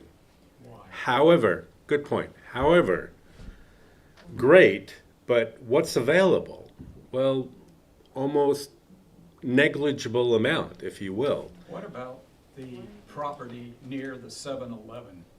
That's a much bigger lot. That's an excellent point. There are a couple of unique wild cards that may come on board in the next 2 to 5 years, including the one that we're all hearing about, that the township may move out of their main facility, and that could be a prime for those of us 55 and older in age in place one half of the building and workforce housing on the other half. So there may be some unique wild cards. Why this particular zone and the other zone as you see here? Well, that's what was recommended. Is it correct? Well, we can all discuss it, right? And who recommended it? Bill Manger? Well, no, this came through the BFJ memo, the planning advisory entity that was hired, and they had done the original master plan from the prior administration as well. So I suppose the current administration just asked them, oh, by the way, can you help us crystallize a potential rezoning, and where do you see that potential viability? And the recommendation was made this particular location. Now, that doesn't mean it's cast in stone, if you will, because even if it is what it is, the barrier to entry is material enough where it really has to attract that unique developer, if you will. I mean, to commit $5 million all in to construct something and then to have the scenario where it's $1,800 to $3,400 rent, that's going to take the unique individual and the unique entity to commit to it. Does it have to be in the village? That's an excellent question. Look, it's a very good question. We're beholden to you as your planning commission for the village of Southampton. So we look within our village and see what do we have. And you're absolutely correct. We're a very tight grid. We're only 6 miles. We don't really have a lot of anything. The question is, what next? And there's a township, and we all recall what was trying to happen in County Road 29, and that was an issue in of itself, and then some other developments that the township's doing. So this is really just a reassessment to see what potentially may work. But all I'm trying to communicate is that even if we're looking at within our village, we're so expensive. With all of our great phenomenal grants, that at least we have some kind of grants, if it costs $700 hard and soft costs, and Rob and I do developments around the country, we're really only mitigating $140. Can I invite you to speak at the microphone? I know there's a lot of concern of residents on a particular location on Hampton Roads. I've Yeah. read the emails and the concern, and let me just add one other point. We're in no position as a village, nor can we, to do anything sizable with great density. Because at the end of the day, we have to get approval from Suffolk County Health Authority, because unlike West Hampton, we have yet to put in our wastewater sewage system as well. So that's another potential aspect I wanted to share. At best, we can do some micro units, 1 to 4, and if we put it all the jambalaya together, on a good day, maybe 8 to 20 units around the village, and that's really it. Sir, did you want to speak? And I mean, all of us back up to that property. yeah. So maybe I'll have a village planner who's aware, Alex Wallach, come to the podium to help us out. He's aware of this particular discussion. Sorry, can I lay out the framework as to why some people are here? I know you've invited Alex. And we've spoken, Alex, about this topic, because in some of the information that we foiled from the master plan and the development of it, we saw an email between the mayor and BFJ focusing on a property adjacent to Osborne Street. It's the one on the north part of Hampton Road, and it backs 245, and it said, please make sure you speak to the consultants about this. The mayor's very interested in this property. So then, a few years later, and I can show you the email, we've seen it, it's in our stack.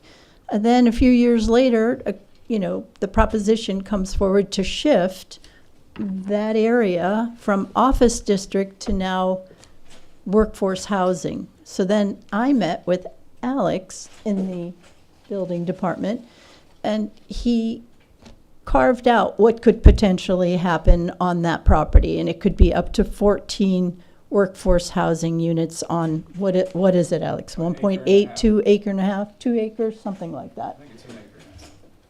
So there are a lot of barriers to entry, but there's always somebody that can come in, and I think it's just heightened everyone's Okay. concern. And on top I of that, think we, 14 would be a stretch. well, Yeah, Doesn't matter if I it's have- four. yeah. was it less than that? Right. Okay, so even if it was less than that, 12, I Yeah. mean, we don't want to make Hampton Road County Road 39. And the village faces a real housing need. But I guess my question is, we've spent a lot of effort on this. We're kind of missing it strategically. What's been the win is ADUs, accessory structures, putting apartments in your own home, or putting them in, your, not a pool house, but in, your back homes. And we have a lot of units like that. And why is that a win-win? It's a win-win for multi-generations. It's a win-win for people who want to age in place. And it also distributes housing throughout the community. So it's just befuddling that this came about, and then if there's no takers and there's no barriers to entry, why did we spend all this time on it? Just doesn't make sense. All we help do in the planning commission is help crystallize a potential policy benefit for the village. It doesn't make it right or wrong. We have, if the thesis is, do we want to address the problem? Yes or no? And if it's a yes, then how do we address the problem? And that's true, and I don't mean it as a criticism, because you've actually done some very, very good work, and this is extraordinarily helpful. When I was a trustee, I attended many planning commission meetings because your research and your thinking and your ideas are so terrific. Laura Davini left, but that's what you learn about. But I guess the question is, we really do need it, and speed is of the essence, and how come we didn't address this piece? We have it on our code books today. Why don't we go back and say, why isn't it working? Why are we starting this brand new thing and creating the possibility of something that's really disruptive to the neighborhood? That's all I have to say.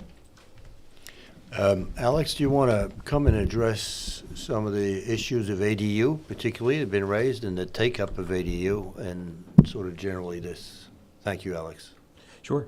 So, as was mentioned, ADUs, accessory dwelling units, are permitted in our code pursuant to a provision that allows them in primary dwellings. In the 4 years that I've been planning director, nobody has applied for one. So we suspect that there is a great demand.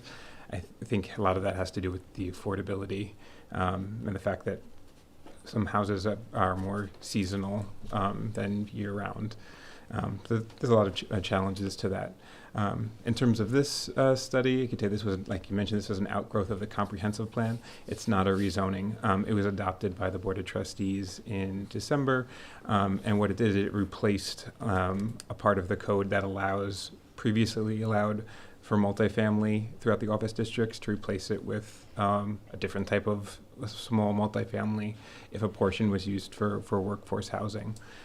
We hired a BFJ to help us with the environmental analysis to help determine what the impact would be. So they, as part of that review, they did a build-out analysis and thought conservatively, based on existing conditions, maybe we'd get an increase of 8 units across the whole village. It wasn't very optimistic that there would be a lot of workforce housing to come out of it. That was done under the proposal before the trustees continued to work on it, and so it's become a little bit more restrictive even since then. There's no specific plan for any specific property in this corridor right now. Nobody has applied for anything.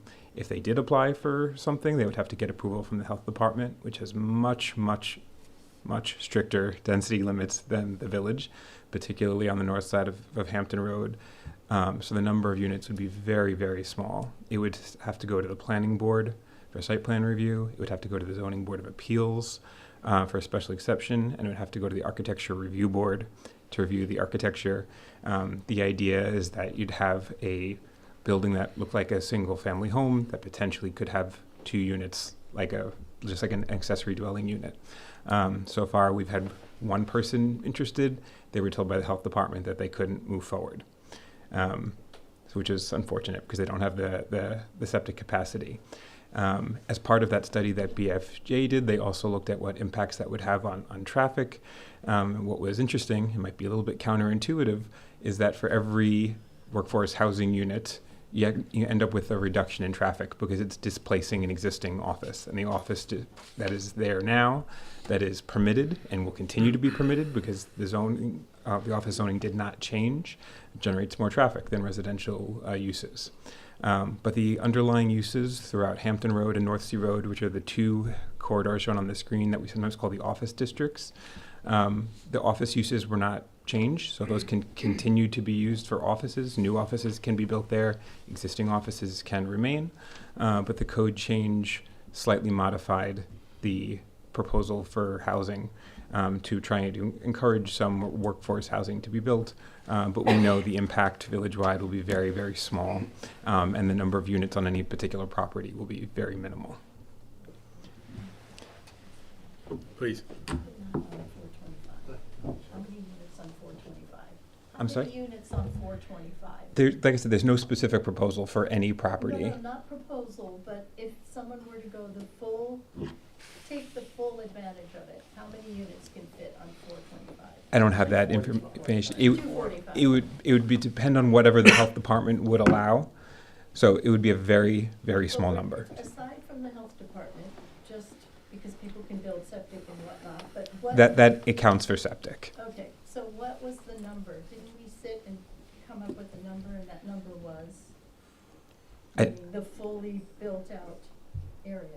Like I said, I don't have calculations on a particular property because there's been no proposal, but there's nothing that's going to approach that number of units on any particular property. It's not feasible. The health department is not going to let you. And there's no plan, even if we do have a sewer district, to sewer that corridor. So that you could do a theoretical calculation based on zoning densities, but that's not what is going to be built there. When I did my initial rough cut, and please come up, I really tossed out anything above 4 units because I just didn't see it because of the Suffolk County health, and rightly so. We just don't have our sewage in place, right? So my whole thesis is based on 1 to 4 at best. Yeah, and something I should. Wherever we scattered around the village. One of the underlying assumptions also when we did the build-out analysis was that they would be very small units. Yeah. The larger the units are, the fewer that you're allowed to do per housing unit.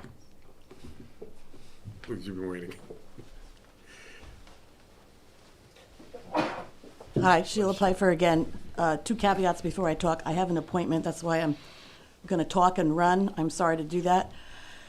And the other thing is that I really am completely naive about housing.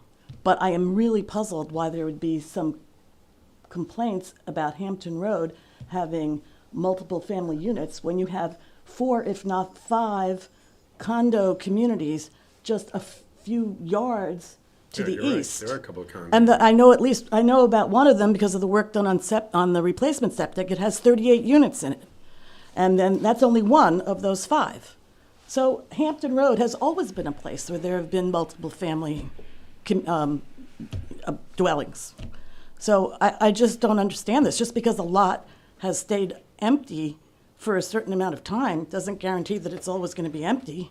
If you want it to stay empty, buy it, right? I mean, this is the village. Hampton Road has always had that kind of housing. I mean, I've lived here I haven't lived here 50 years. Not for Yes, I workforce have. housing. There's an entirely different aesthetic.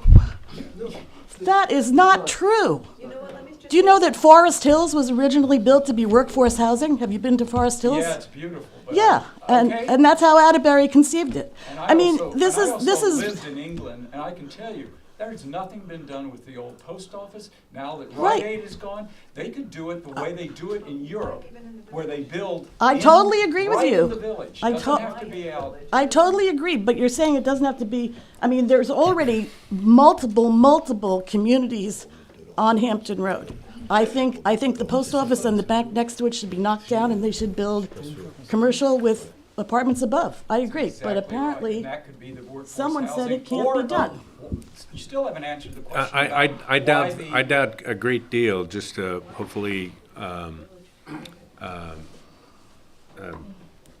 I doubt at all any builder's grade development would be allowed in our village. It just won't fly. We wouldn't allow it, not the Architectural Review Board, not zoning, because we just wouldn't allow it as a community. We wouldn't do it. Even before you get to Well, those then this shouldn't even organizations, be a discussion with what you the just health said. department is not gonna allow it. But so we shouldn't have It's just- workforce housing in I- the village, period. Have If you live tried in New to York go through City- the health department? I have.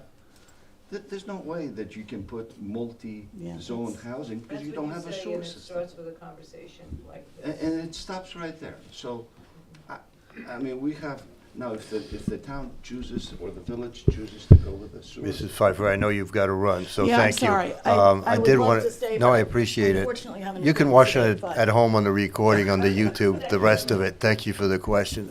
Trustee Coburn, who's very involved, wanted to join us. Go ahead. Yeah, go ahead, please. Well, just a couple things. Hugh Burns, I live on Osborne Avenue. I've been there since 23 years.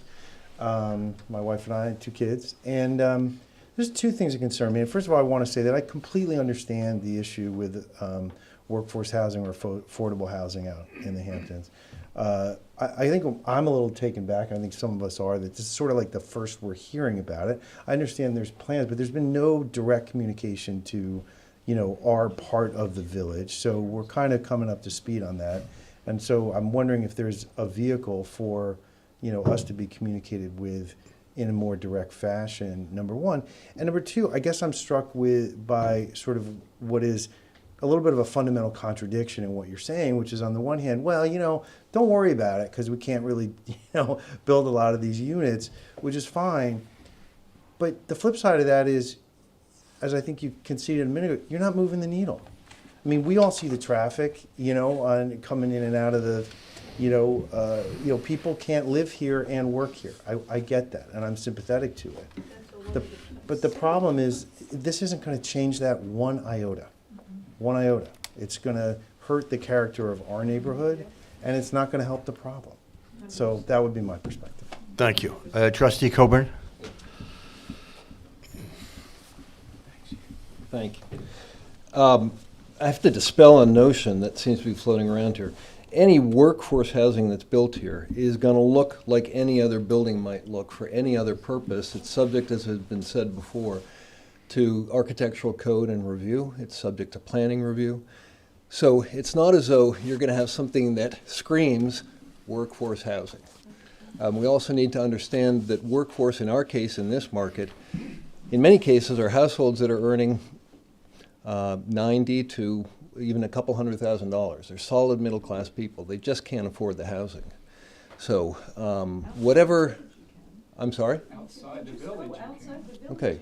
There is a push in this concept right now to get every community to do its part, because the housing issue, first of all, we're the most affected by the lack of affordable housing. The East End is the most affected by the lack of affordable housing.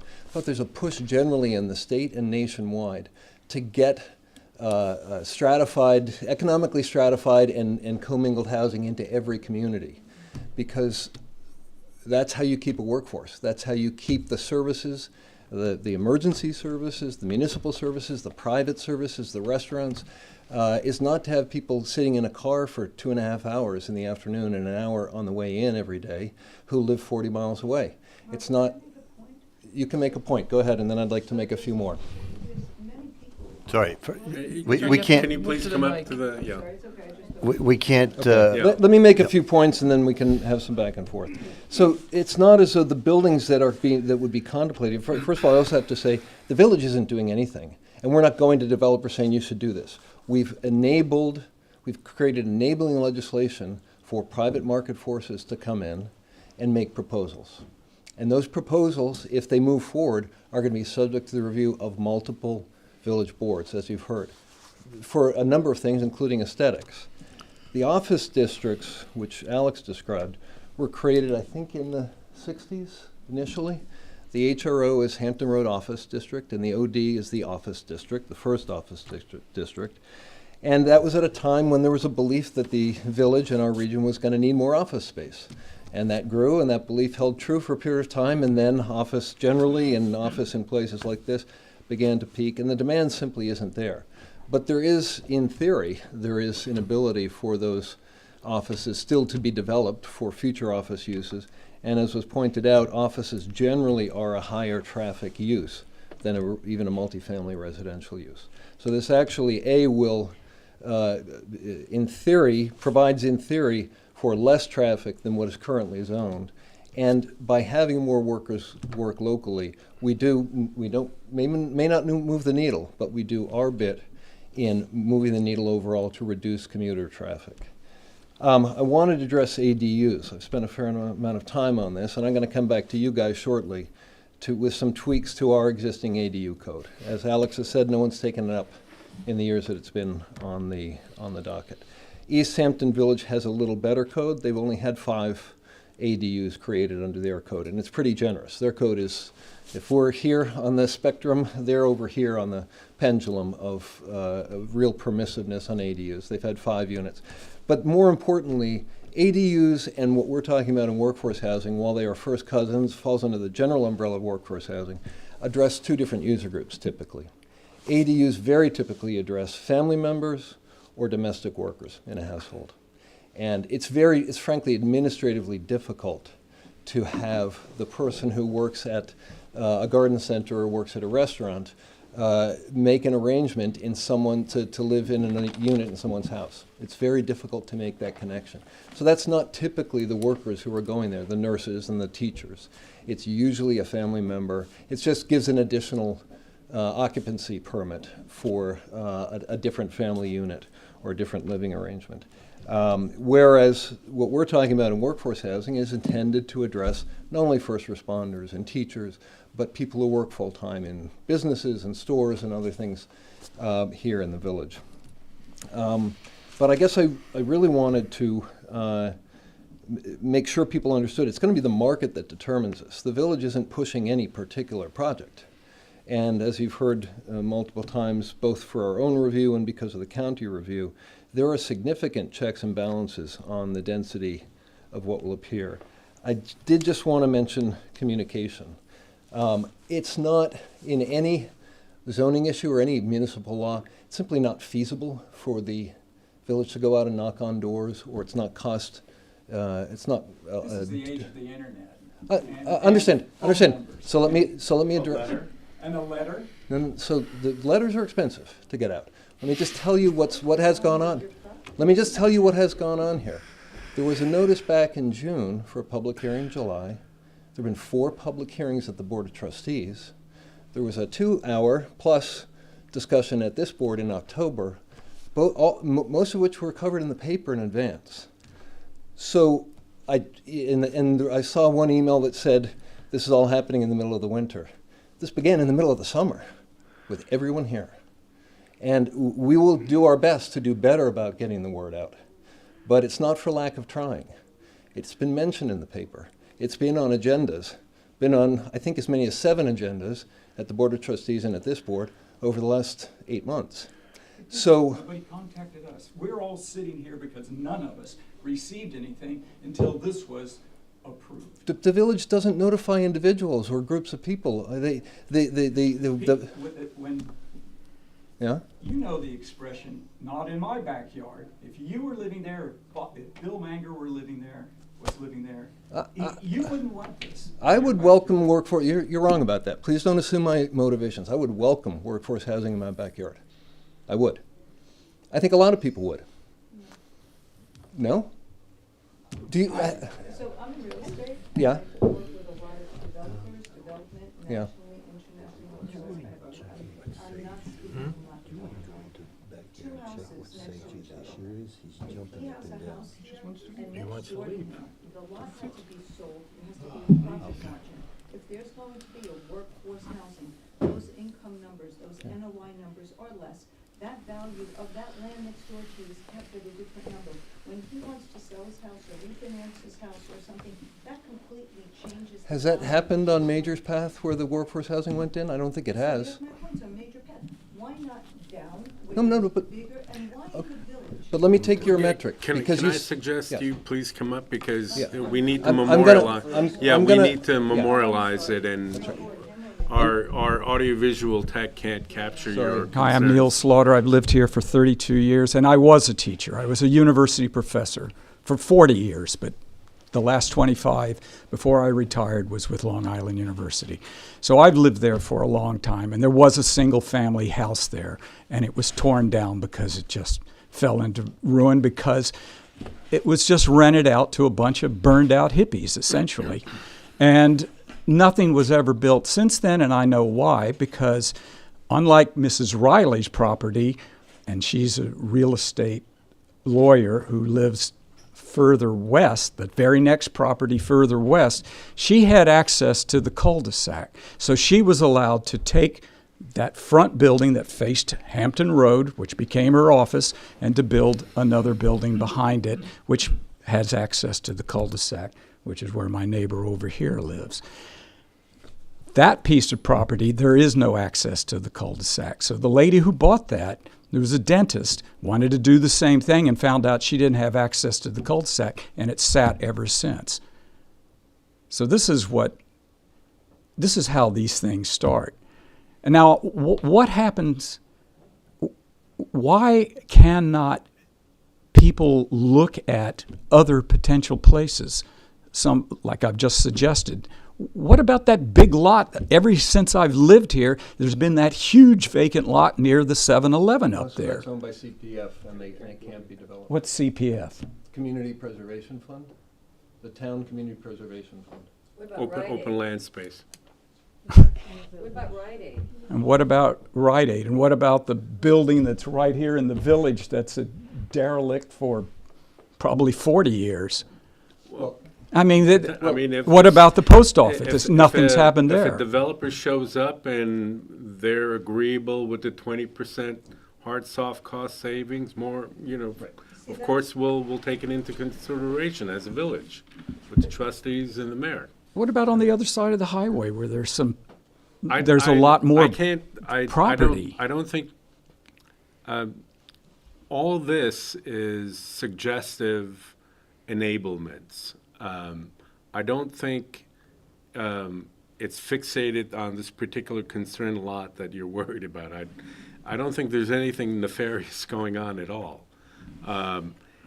We can hit different locations, but somebody has to step up. All we did was quantify what that hard and soft cost mitigation is.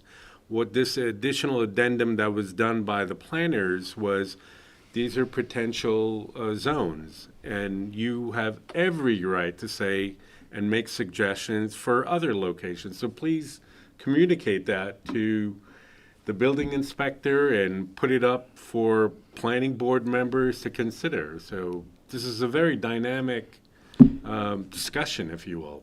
Well, But that land that's to- being to preserved. To Robert's point, there's been a general national consensus that from state, county, city, and our local level, that we have to do some type of effort to address the unaffordability of the younger generation and those of us who are past the 55 and don't want to live in very big homes anymore as well. So this is our first cut. It's not perfect. So we obviously welcome your input. But at the end of the day, we're here to address within our village home community where potential sites are.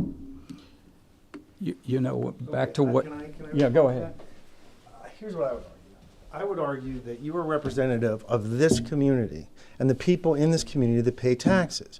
And what you're saying is you want to try to solve a national problem by doing something, by subsidizing something or allowing the subsidization of something, right?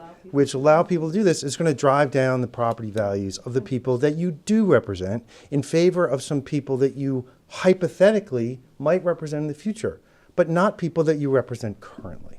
So I think that's a dereliction of your duty, quite frankly. I mean, you're helping some unknown person, and you're not helping the people that you represent. And I understand there's a national problem, but a couple of units here in Southampton, we've said it a number of times, it's not going to solve it. It's not. There might be other things that might solve it, but a couple of units here in Southampton, you said it yourself, is not going to make a darn bit of difference. You're very well entitled to your concern, and we understand it. All we're doing is we're making an effort within the boundaries of our But I want to hear village. you respond to my point. Yeah. What are you doing to help your current constituents? I understand what you're doing to help other people. What are you doing to the people that live in this town, pay taxes in this town? I have a lot invested in my home. It's my biggest asset. I've lived there for 20 years. I put a lot into it. It's a 100-year-old house. I maintain it. I maintain the yard. I maintain the look of the neighborhood. My kids grew up here. I mean, they play here. I want to make sure, our neighborhood maintains a certain character. Not because I have anything against people who teach or firefight or anything like that. But I don't feel that my interest is being represented by this group. And I'd like you to explain to me how you feel you're representing my interest and the interest of the other people here, as opposed to solving a hypothetical problem for other people who don't live here. Well, it's not a hypothetical problem. We all have direct family members who work in the village, including myself, including my son who's sitting here, who went to Southampton High School and grade school, and I was on the Southampton School Board and helped pass the bond where I hope your children are benefiting from. So it's not necessarily hypothetical. Are we limited? Yes. Well, but because, you're hang on, saying are we they're the limited? people. Yes, of course we are, because we have a very limited footprint. It's really not a hypothetical problem, because it is a micro-village problem. A lot of us who've been here for several generations have already lost family members, including my direct children who can't afford to live here. So is this the best remedy? Perhaps not. All we've done is address what can partially be mitigated. Now, where those particular plot buckets are, that's open for discussion, right? That's why we're here together, having the discussion. But I thought you were saying you were trying to help people that couldn't live here. And now you're saying you're helping people that do live here? They want to live here. Want to live Right, here. but you don't represent those people. You don't represent those people. Right, so Because they don't live here, right? Well, look, I'm done. your I concern. just would like to hear a response to that. Your concern is memorialized on record, is the best I can say. Well, hold on.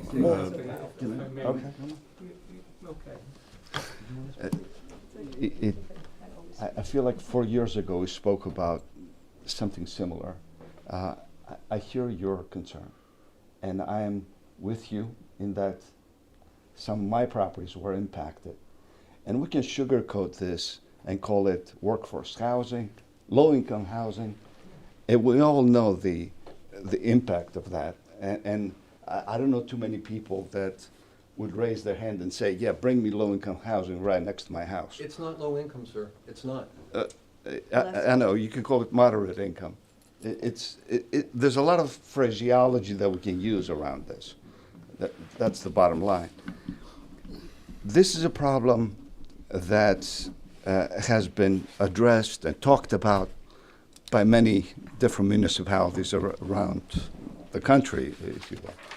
There have been some solutions that seem to be making sense. And perhaps, and one of them is, with every new development, like in New York City we see it, an X%, and that could be 10% or of any new development is allocated to that. And of course, in New York City, when you have large buildings, you have 10% of those units, let's say, allocate to low-income housing. That becomes, it's a great solution for the workforce employees because they integrate with the higher incomes, and you don't really see, you live in a community that's, that's really We have One. that in the village already. Yeah. We do have that in the village. Yeah, and those, Yeah.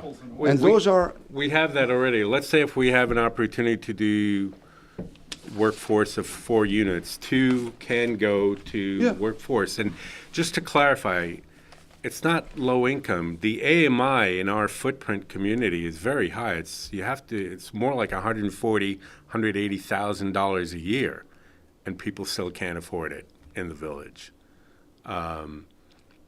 It's not Section 8.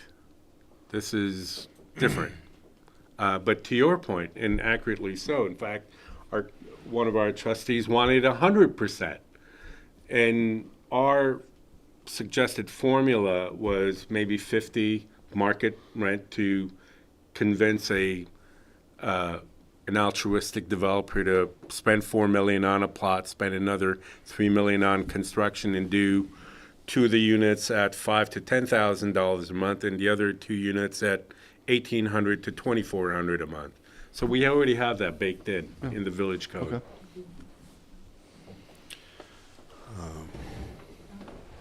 No, go. I did some research, and other communities have quickly expanded their housing supply faster and more economically by prioritizing ADUs and also by reusing existing buildings, homes and vacant business and office space, and investing in sewers for the downtown so that you can build apartments over all the retail spaces. So that's all we want. I guess it's just a surprise that we spent this much time on what sounds like will never happen. So this is a moot discussion in some ways, because it sounds like you're going to get 10 to 20% max reimbursed and it'll take 10 years. But we never had this discussion, so that's why I think the hair on their backs is up.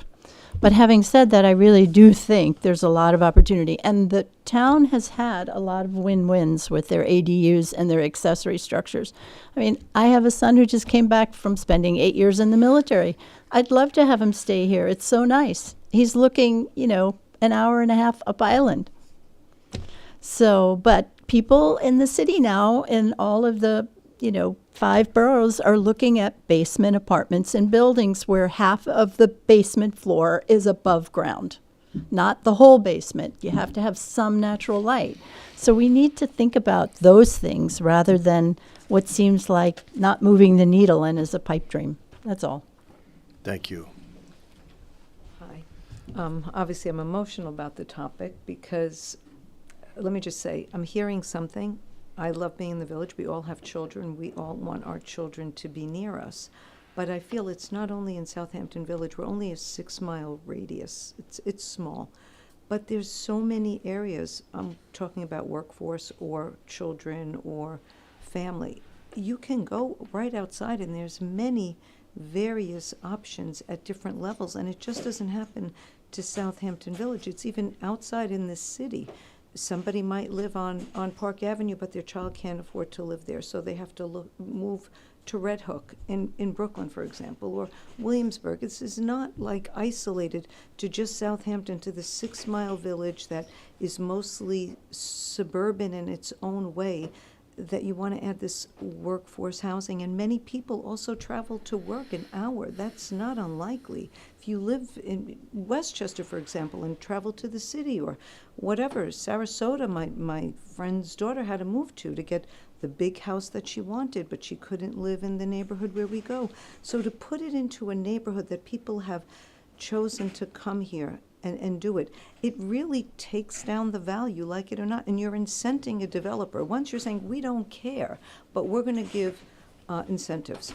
Oh, we're going to give you a tax incentive, you're going to get this incentive, you're going to get that incentive. So, of course, then it's going to make it affordable for the developer to develop here. But I agree with the things that you're saying. ADUs, allow maybe some 2-family homes, allow maybe some additional income. So somebody that says, need a house for $600,000 to $1 million. We're in the New York metro area in its own way. We're not in, middle of nowhere, but that's kind of the price range. But if you allow them to have a rental income with $600,000 to $1 million house anywhere, or $1.5 million, and you let some rental income come in the basement, and they pay $3,000 a month or $2,500, that really brings down the cost basis by a few $100s. I don't know why we have to do a workforce housing project per se. It's almost, it really is disingenuous to the people. We do have ADUs on the books already.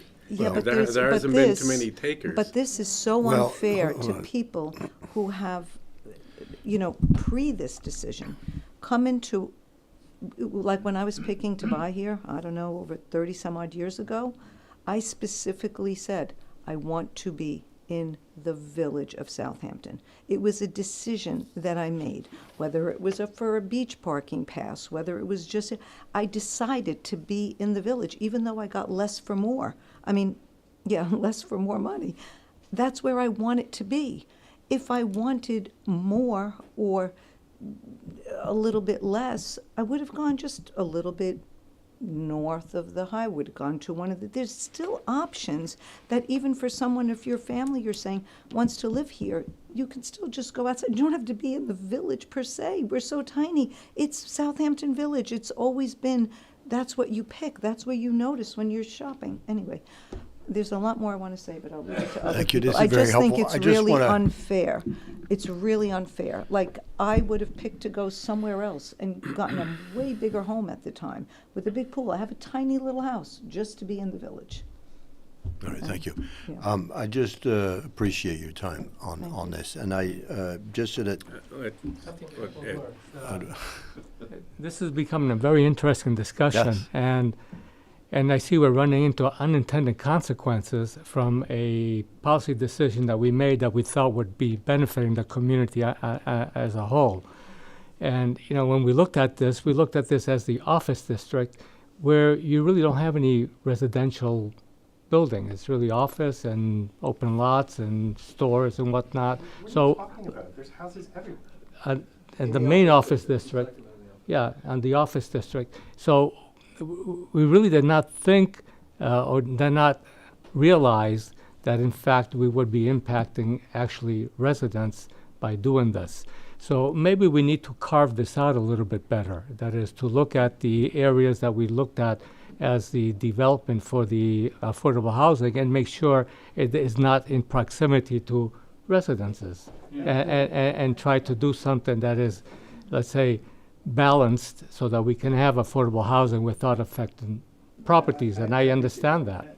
And if I could just say one other thing, I just, and I do hear what you're saying. I really just would hope that you would think about, the impact on the people that you actually represent, and also, this area. I mean, this is not the fancy pants part of town, okay, where we are. I mean, you know what I'm saying? Like, we're not the high end, Hampton. You know what I mean? This is it's a very modest part of town. Yeah, and so this is, if there is a diminution in value, it's real money to us. Okay. Look, this is a really interesting conversation. I just want to I'm put gonna let Ms. Riley, one more. I'm sorry? Ms. Riley.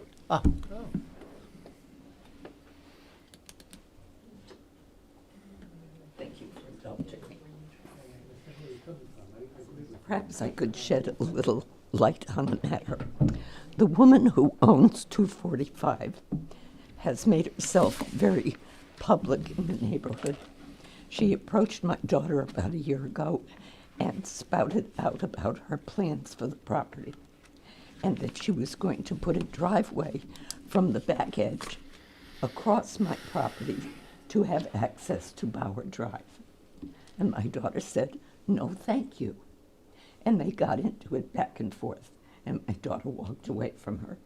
But she's been proselytizing for herself and her interests all over the village, not to any great effect, but to great disagreement. And that's what brought people out today. Okay.